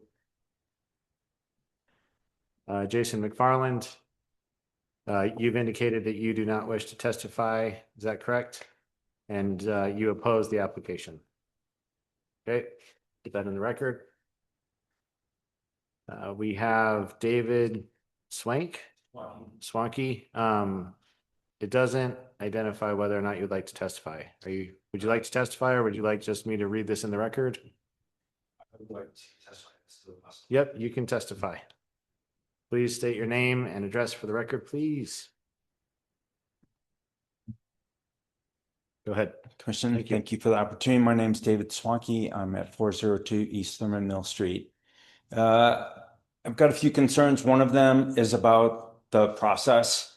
Our neighborhood's been there for 20 years. ACHD has been there for decades and decades. And they're a year out from apparently declaring the property as excess. But what the city intends to do with it is being slammed down into just a couple of months, and seemingly with not a lot of public notice in advance of the means. We're very thankful for what we have so far, but clearly this is going to set the pace for the next 50 or 100 years of this area. And it seems like we are due a lot more due process than the surrounding areas are being afforded. Not just the waterfront district, there are new residences on the west side. And I think that the folks that are south of ACHD don't even really realize the impact of everything that's going to go on. A traffic study is just sort of seemingly a minimum of that. So that's just about the process. Secondly, as someone that is a property line neighbor and lives along Adams, I am wholly concerned about adjacent properties. The way I understand it, you've set January 1st, 2026 as the cutoff for established buildings. So the concern about how, if in the future something's going to grow up, well, we're past the cutoff date. Within, I don't know other neighborhoods, but within our neighborhood, we've got a 40-foot height restriction that is an HOA restriction, admittedly, but is not very likely to change. And actually, we took that upon ourselves to reduce it just a handful of years ago. So it's unlikely that it would ever be increased. And then lastly, I'd like to talk about the Adams Street connection. You pointed out earlier, I don't fully know what all the terms mean, but it's a local street as opposed to a collector. We are much narrower in our short section of Adams than the whole rest of Adams, going all the way out to towards the fairgrounds. I travel on that. The speed limit's 25. You can have cars parked on both sides. You can have 2 cars coming each way. In our neighborhood, you can get 1 car because from about the Ranch Club muffler shop all the way through and into our neighborhood, there's cars parked all along. It is already a traffic hazard. The city does not enforce the offset from stop signs or from the walkway at the corner of 36 and Adams. We've had accidents. We've had neighbors have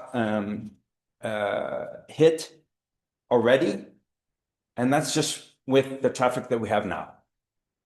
And so any extension, I would hope, limits it specifically to pedestrians and bicycles. Thank you for the opportunity to talk. Thank you, sir. Appreciate it. All right, I have another person, Lauren, is it Coetzee? You wish to testify? Okay, thank you. Again, name and address for the record. I'll just pull my notes up before you start the clock.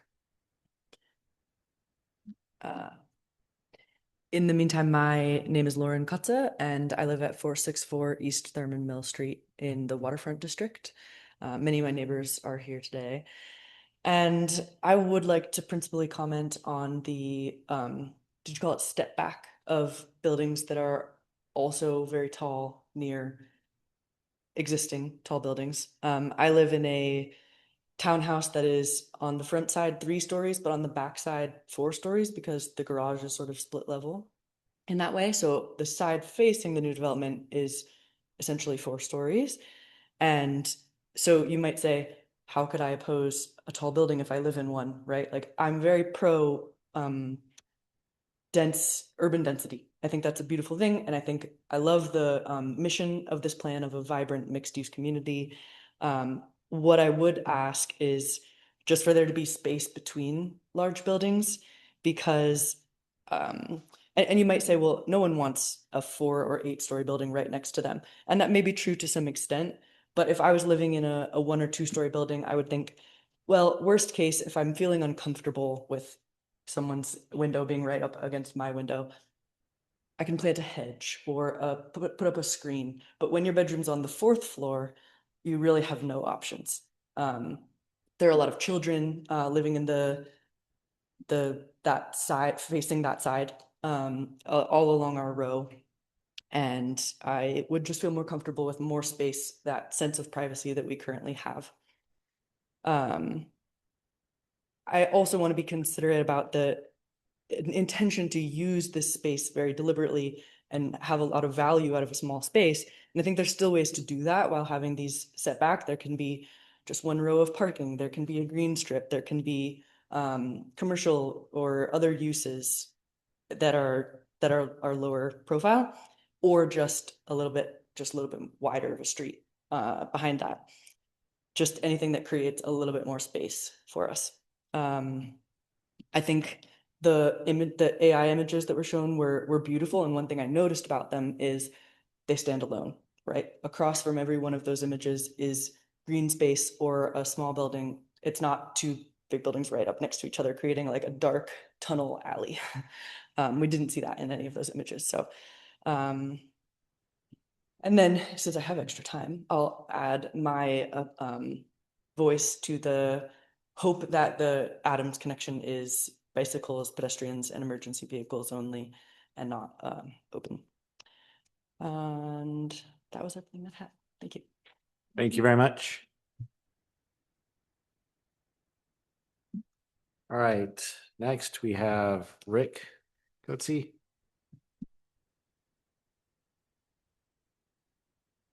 I want to start by thanking you all. I know it's 8:30 on your Wednesday and you're doing an amazing job. Name and address. Rick Kotz, 464 East Thurman Mill. I agree with a number of people that this feels really rushed. There are obviously many people that are concerned about the existing state of the plans and how they will impact the area for many generations into the future. This level of development justifies deeper thought and more engagement. So please, my number 1 request is just allow as much time as is necessary to get this right. Like this is a major thing for Garden City, and rushing it because there's some date set for City Council on 28th August would be a terrible reason to get this wrong. So please just give us enough time to get this right. Then I want to emphasize that I really believe there is a lot of opportunity here, and I'm not trying to strike it down in general. I have 2 concerns. My main concern is what's being called the residential edge. I live on that residential edge, and I don't believe that the current plans adequately consider how this development would affect the existing neighboring residences. The current plan would allow 5 or 6 story buildings to tower about 30 foot away from my bedroom window in perfectly parallel perpendicular. I'm looking into your bedroom, you're looking into mine, 30 foot away. it would suck in a way that is difficult to describe, especially not when I only have 3 minutes to describe it. So please use your imagination there. Not just for privacy, but for general livability. It would end up having most of our curtains drawn throughout the day because we don't want peeping Toms looking into our windows all the time. So just putting more thought and effort into figuring out how to do this properly so that we can have the desired densities and green spaces without ruining life for the people that are living on that on that perimeter right now. And then I'm convinced that this is a solvable problem. I've looked at the space that's available. I've looked at the objectives of the development plan. And I really think that with a bit of thought and consideration, we can meet all of the desired objectives of the development without having significant downsides to the existing neighbors. So I'm not saying not in my backyard. I'm saying not in my backyard until we've thought this through properly and we're doing it right. That's what I'm saying. I don't want to be a NIMBY. I'm not saying over my dead body. I'm just saying take the time to consider it from the perspective of the people that live not even 30 foot away from where you're planning on putting up a 7-story building right now. It's a big deal. There are many of us, many dozens of us that this will impact. So please take that seriously. And then my second point is, because these ordinances rely, at least it's not clear to me what is set in stone and what is something that we're sort of asking nicely that some developer in the future abides by. I think it would be really important to make it clear whenever you make this decision about what's to come in the future, to make it clear what are hard and fast rules that are non-negotiable that have to be enforced compared to what are general or flexible or can be applied for exemption under some special condition. Just having clarity on what is written in stone and what might the future developer just turn a blind eye towards. Thank you. Appreciate it. Thank you. Thank you. All right, Kurt Franson.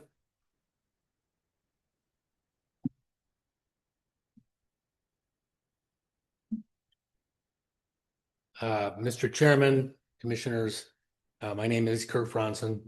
I reside at 3844 North Boulevard Lane. I've lived there for 15 years.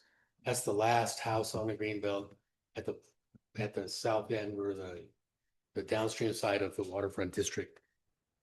This morning I did submit, as was noted by staff, a written comment by email asking that this commission continue this hearing to allow the public an adequate time to review and comment on the draft. I did that for 2 reasons. One was the people that signed up to be notified were only notified 6 days ago. So there was no time. The 14 days to submit comments passed. 7 days to submit written testimony passed. So here we are.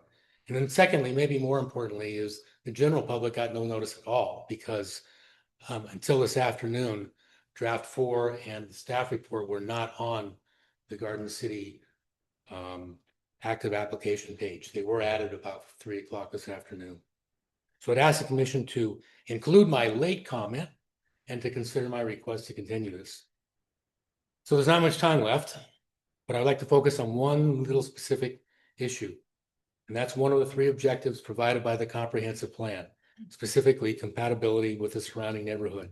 So where have we been and where are we now? At the neighborhood meeting and in the first draft, we got a description of 3 stories adjacent to the waterfront district.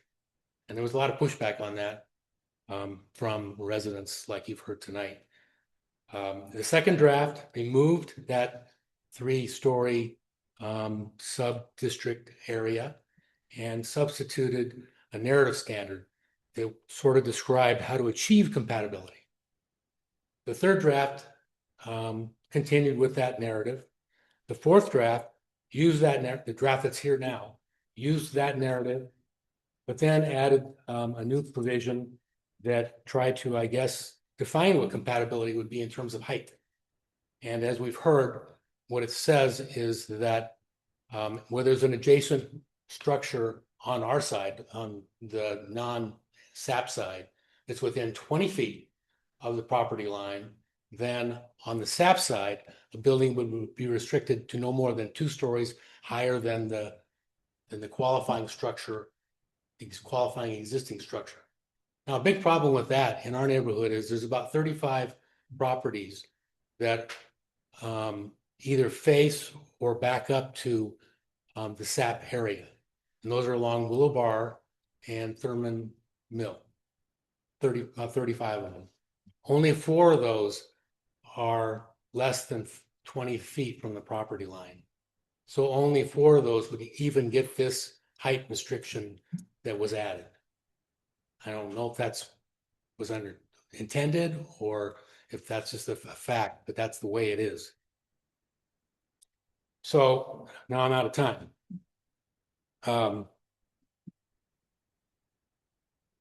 So let me leave you with this. My bedroom is about 30 feet from the property line. So I don't qualify for this height thing. So what do I get? What happens to me? 30 feet from my bedroom, plus 5 feet for the setback of the new SAP, there can be up to an 8-story building, 100 feet high. Because I don't get that height requirement or protection, even though I think that height protection is inadequate. So let me leave you with one thought. Everybody, I think, here is familiar with the boardwalk project down there. There's a bar that's out there in front of the boardwalk. That bar is about 30 feet from the boardwalk building. So my house is that bar. If you sit at that bar and have a drink, and you want to see the top of the boardwalk, you have to look like this. That's what it'll be like from my porch, my front yard. And the boardwalk is only 5 stories high. So I request that we have more time to submit comments. I think it would be good to sit down with staff if we have that opportunity and try to define what compatibility looks like. And maybe we can find some common ground, maybe not, I don't know. But from my perspective right now, we're better off with just the narrative. Please wrap it up. With just the narrative than this height restriction, which tries to define what compatibility is, and it does so in an inadequate way. Thank you. Thank you. All right, next we have Nancy Baskin.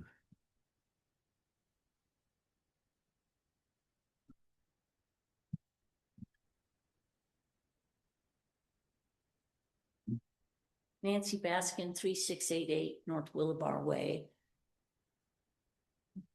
I was the one who came last time and told you to slow down. I'm going to say that again, but for different reasons. In my job, I have to think about future consequences of what ruling I make today. And I also have to think that justice delayed is justice denied. So what you need to do is think about future unintended consequences as well as intended consequences of this process you have going. When this was just posted today, you are violating the notice and due process requirements that the citizens expect you to give them. And if you want to extend this and allow more conversations with staff to try and say, what does this language even mean? It doesn't make sense. Do you mean if any portion of your property is against this SAP line, or do you mean your actual structure has to be within that 20 feet? Can't read it. It doesn't make sense. So there's some wordsmithing that definitely needs to take place. Then the other major consequence I want you to think about is that you don't need this density. Think about the great developments just in the Treasure Valley, Bound Crossing, Harris Ranch, Hyde Park, the Waterfront District. Sure, they have a few buildings maybe out in Harris Ranch that are a little bit taller. You don't need this height to get density that makes this feasible. And you have not disclosed who this consultant is, what their data is that supports their finding that you need this. Look in the Treasure Valley. The examples are here. San Francisco is not a comparison for Garden City, Idaho. Those projects do not require this density to be feasible. Second of all, if you have 50 per acre, 34 acres, plus the amount of cars people actually own, plus the public coming down there to park to be in Great Garden City, plus the people coming to this mixed-use business that you're setting forth in this environment, you are going to create the demand for ACHD to say Adams needs to be open to traffic because you're bringing in 3,400 to 4,000 cars. People don't walk everywhere. So by saying we'll leave it to ACHD, but you can have this density for this many people to have cars, you're creating ACHD saying this has to be a thoroughfare. And nobody wants that. Nobody wants that. Emergency access and pedestrian or bikes. But you're not thinking about the consequences. And one of the reasons is you haven't allowed time for this public comment when we just get a new draft, a new proposal every time I come to this planning and zoning. I feel like Charlie Brown. And every time I come, there's a new proposal and the football is being pulled away by Lucy for me to make effective comments for you as a deliberative body to consider the future consequences. This property is not being sold in August. Again, I ask you, please slow down. All right, so that concludes the public testimony that we've had people sign up for. Is there anybody else in the public that hasn't signed up that wishes to testify? There might be some more papers over there. Do you want me to check? Sure.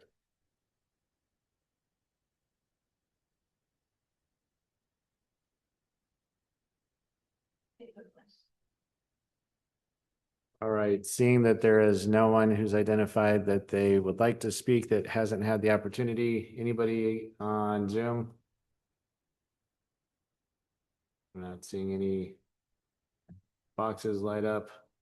So at this point, we'll turn it back over to Mrs. Thornborough. Chairman, members of the commission, I just wanted to direct your attention to certain sections of the code. First, and the draft that was provided on last Thursday with red lines on page 22, it does note that the city's preference is not to have vehicular connection to Adams Street. But that has been left into the code because we don't know at this point in time what ACHD will do.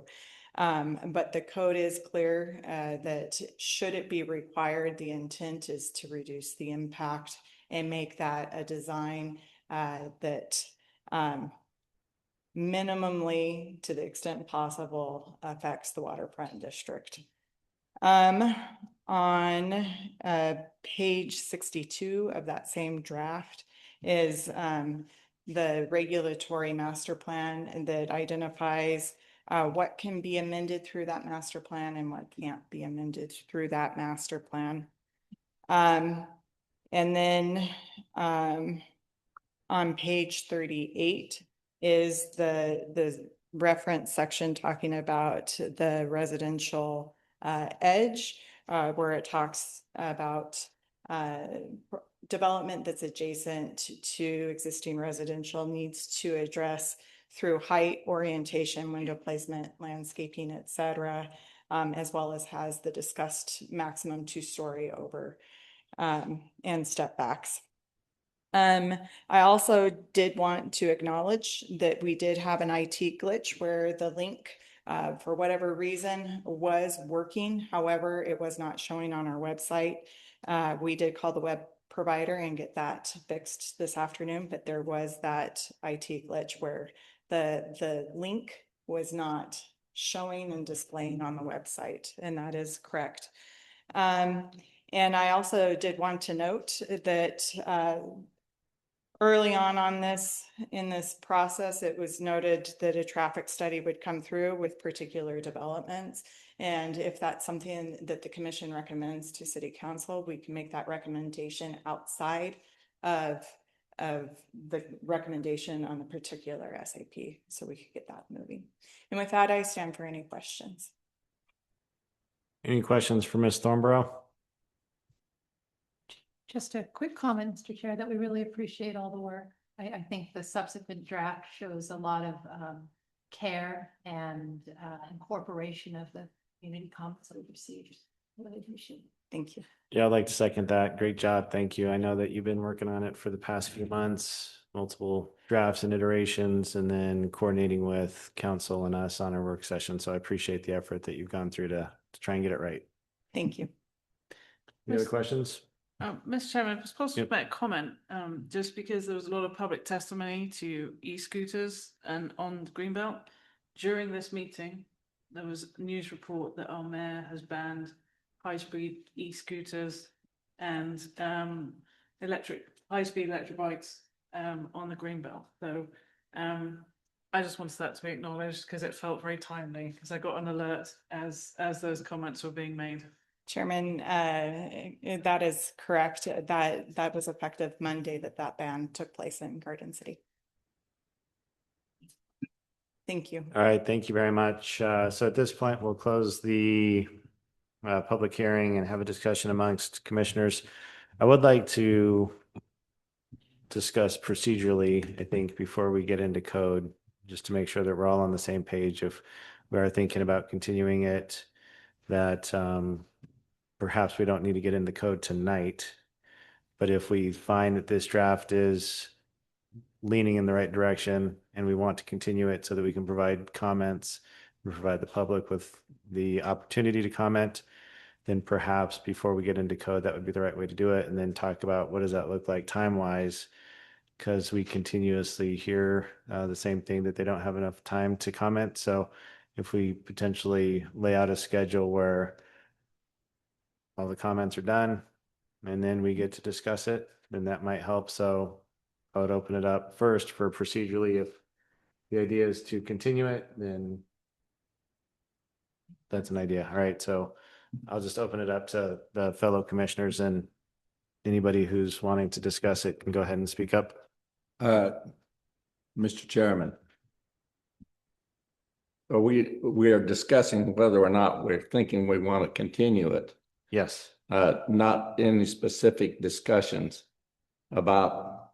I think first it'd be important to know whether or not that we're going to continue it. I agree. Prior to us then getting deep into the code. I think that if we want to get into the code, we can probably talk about that specifically with staff so that they can make a note and address it in code. And then we can address it as a final version or another version when appropriate.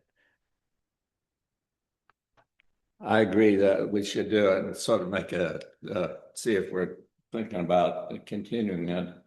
But then in my own specific case, there were several issues raised by the people that I have unique knowledge about, having been worked in the highway district as the manager of engineering for 17 years. And when the waterfront district was approved, as I've pointed out to this body before, I was representing the highway district to Garden City and was present at the decision time when the city council made. And so I have some knowledge that I would like, if possible, deliver tonight when we do this, because it will impact, I think, on what those people in our audience that are here right now that testified might want to be in the comment and getting their comments on. And it also might help the staff. So with that caveat, then I think we should talk about the continuation idea first. Yeah, that sounds good to me. So I would say, let's talk about the continuance. And then if there's any items specifically after that, we can get into it. Thank you. What are your thoughts, Commissioner Smith?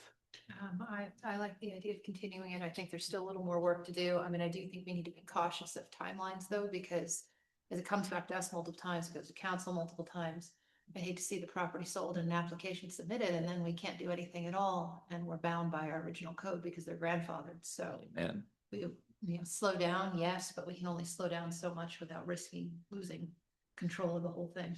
I agree with that. Very important. And that will be part of what I want to talk about a little bit later. Why? Okay. Okay. Mr. Bickerton?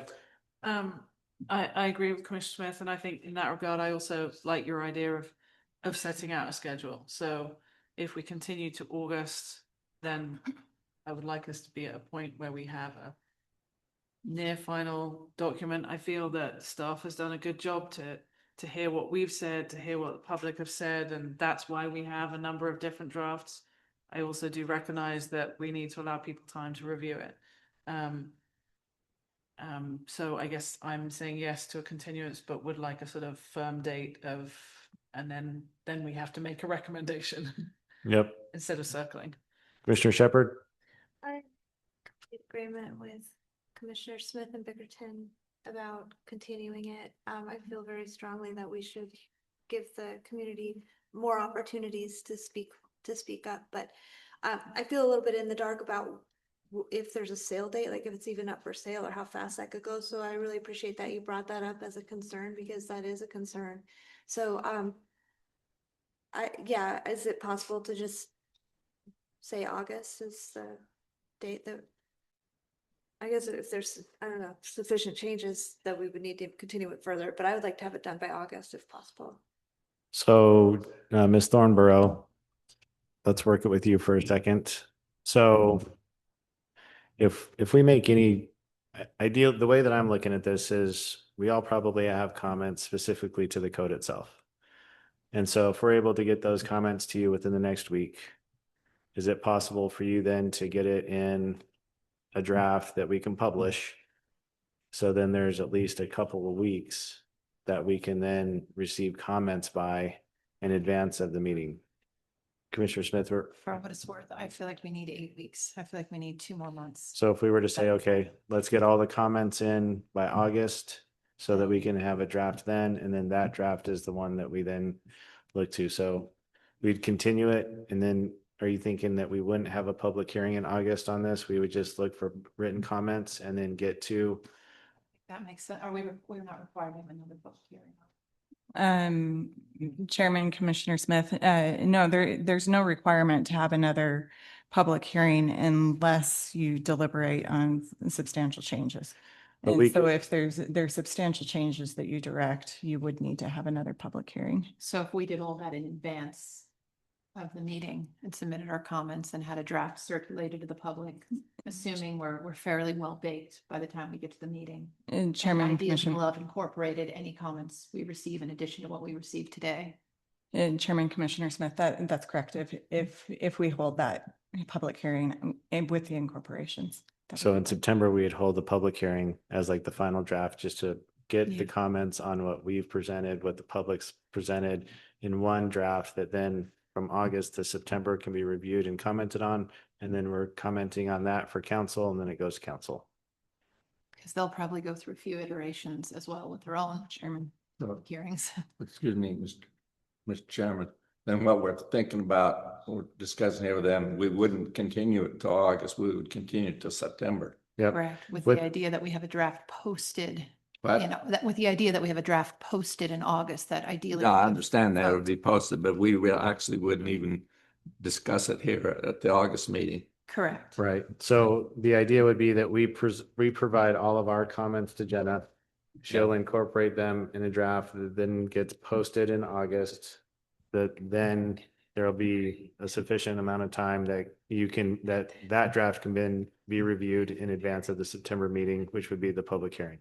Yeah, I think that makes the most sense. I think it's a reasonable amount of time while still keeping it tight enough that we give council time to work with it as well. Okay, I agree. And if all the commissioners agree, we can have a motion, not yet, but let's have a motion to reopen and then move it to a date certain of September with that understanding of the schedule. Get comments to Jenna by August, have a draft by August that's published, and then we'll take comment in September based on that draft. Does that work? What's the September date? Chairman, Commissioner, I do appreciate the 2-month timeframe, because that does make sense for the written comments to come back. And it looks like it's September 16th would be the continuance to a date certain of September 16th. Okay. So that'd be a request of the fellow commissioners, is just to get all the comments to Jenna as soon as you can, just so that she can incorporate those into a draft, or at least highlight or comment that these are comments that we've had. Right, any other comments on the process and the timing?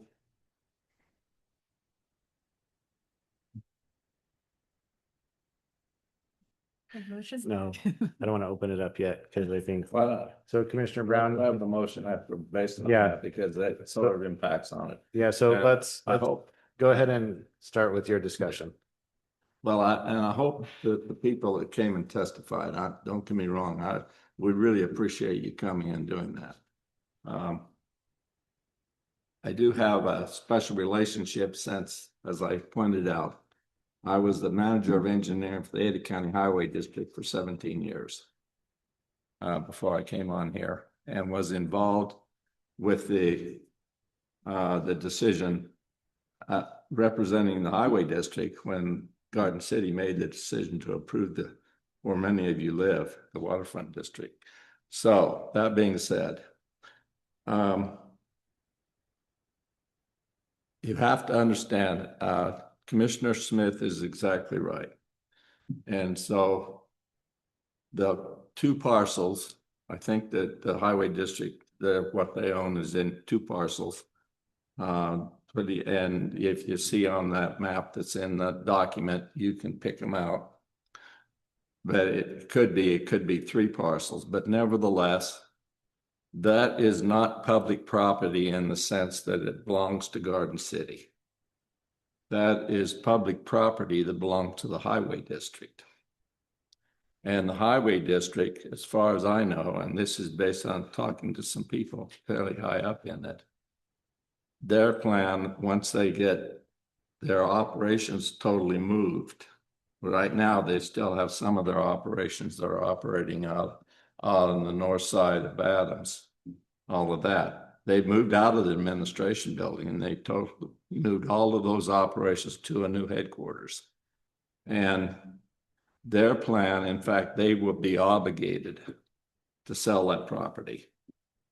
And that property, once it goes up for sale, the only reason that I think that it hasn't gone up and being advertised right now is because they still are doing some operations or still being operated out of that.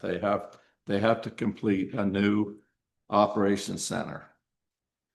So what Commissioner Smith said is exactly right. Once that gets done and they get it up for sale, if we haven't finished this process, then we lost an opportunity to impact what we're trying to do, is to make it so it's more like a planned community or a special area plan. That's what it is. That's why it's so important to get this done in a reasonable time. Now, some of the ideas, and I understand it, but in my opinion, there's no opportunity to turn it in that property that's in there, as nice as it would be, it's some kind of a park or something where you could address some of these issues. The only way I could see that could happen is if Garden City, if somebody owned it and they bought it and they gave it to Garden City, or you did something like that. And that's how all the parks in Boise, that's why all of those parks in Boise, they were all donated by people that bought the properties, and that's what they did. That's how they did it. I don't see that happening in Garden City. I don't see how it can happen. And the same thing is true for the rules of the traffic and stuff that's on the Greenbelt. That's established by an agreement was put all together when the Greenbelt was acquired among all the people who are doing like that. So what we can do is take advantage of that and make it just like is being written in there, is make it so that we have mandated access to the Greenbelt, and it's what's written in there. And I think Jenna did a really great job. And I guess I should have pointed out, in my opinion, she made some changes to it that I want about what we're going to talk about Adams here in a few minutes, but she's made some changes. But other than those, I think that this draft is pretty much what I envision is what we can do. And it is a compromise between when we first started out, if you were here, I mentioned that I was in favor of option B at that time and not being less prescriptive. What we have developed now is much better. It's sort of a combination. It still leaves some in there. If you make it too prescriptive, you're not going to get people who can come in and want to develop it because the city's not going to develop. Those are developers. Okay, let's talk about traffic in Adams and what the real rules are. Adams Street, we don't have a choice at this point in time in not opening up Adams Street for emergency vehicles. That's a requirement of the National Fire Code. And when the waterfront district was authorized, the National Fire Code required that there be 2 accesses into that development, given the number of houses that were presented. The only reason that it was allowed to go forward and the 2 entities that required it be stubbed out Adams Street with in the agreement, in the requirements for developing the waterfront district, it required that in the future that would be open for emergency vehicles. It's a requirement for a development of that number of houses.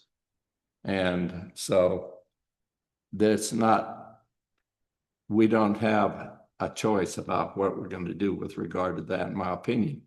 But at the same time, the way that she's drafted it up, it's going to make it so if we are able to do that, to do what it is, it's primarily, it will be open for pedestrian and bicycle traffic, but it has to be designed and open so you can put emergency fire engines and those kind of things on it.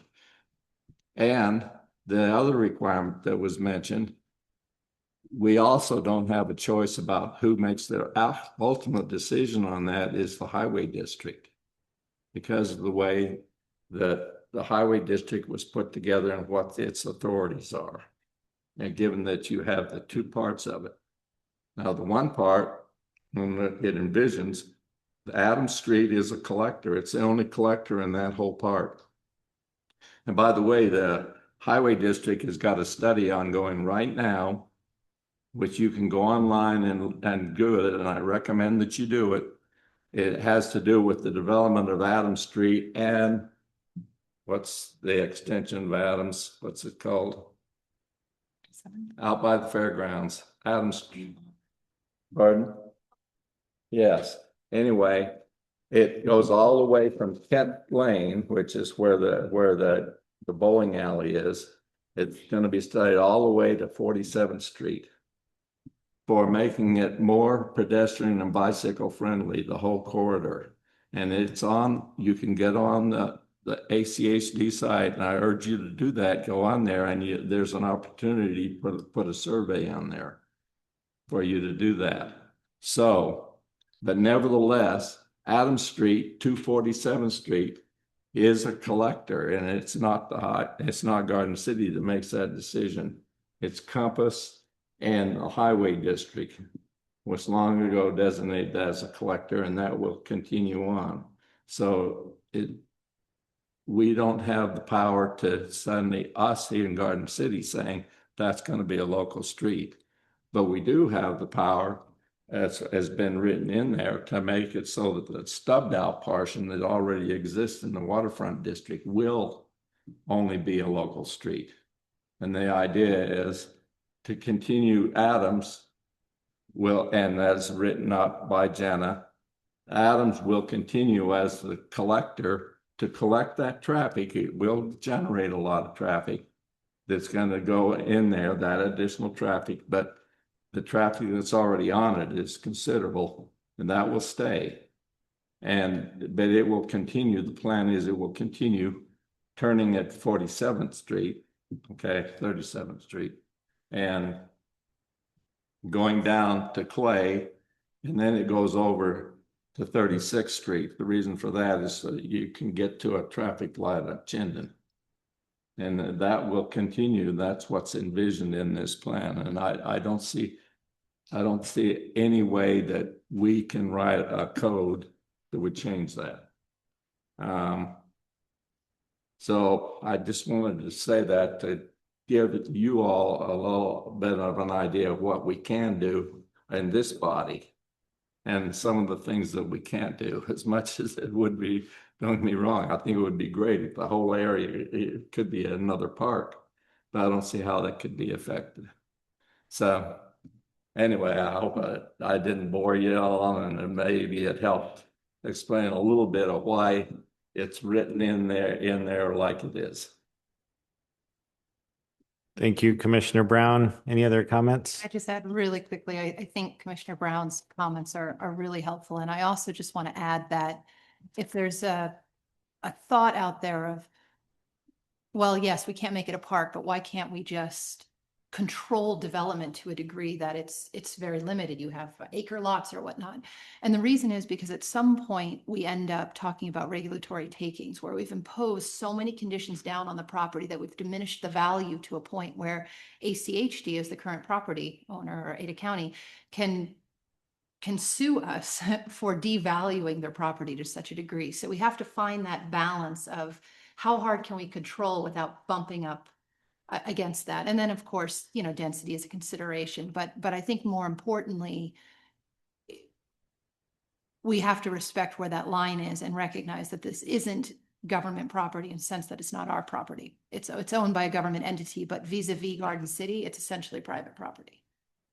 So that's all. Any other comments or discussion amongst the members?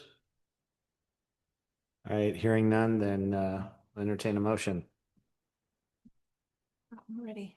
I'm gonna try. Go. Okay, it's my first motion, everyone, so go with it. You're gonna do great. Okay. I'd like to make a motion that we keep open this application and defer, you can reword this, sorry, you'll have to tell me how to reword it. To defer the hearing, or have the next hearing scheduled for the September planning and zoning meeting, on the condition that we, the commission and the public, get all their comments in by August so that we can have allowed staff time to revise the draft for publication in August. That was a very long motion. So could someone re-wordsmith that, restate it?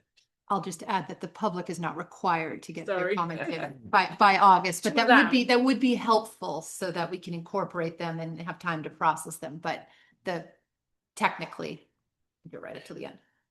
So just making sure that I understand the motion, and perhaps this is what you intended to say and what you did say.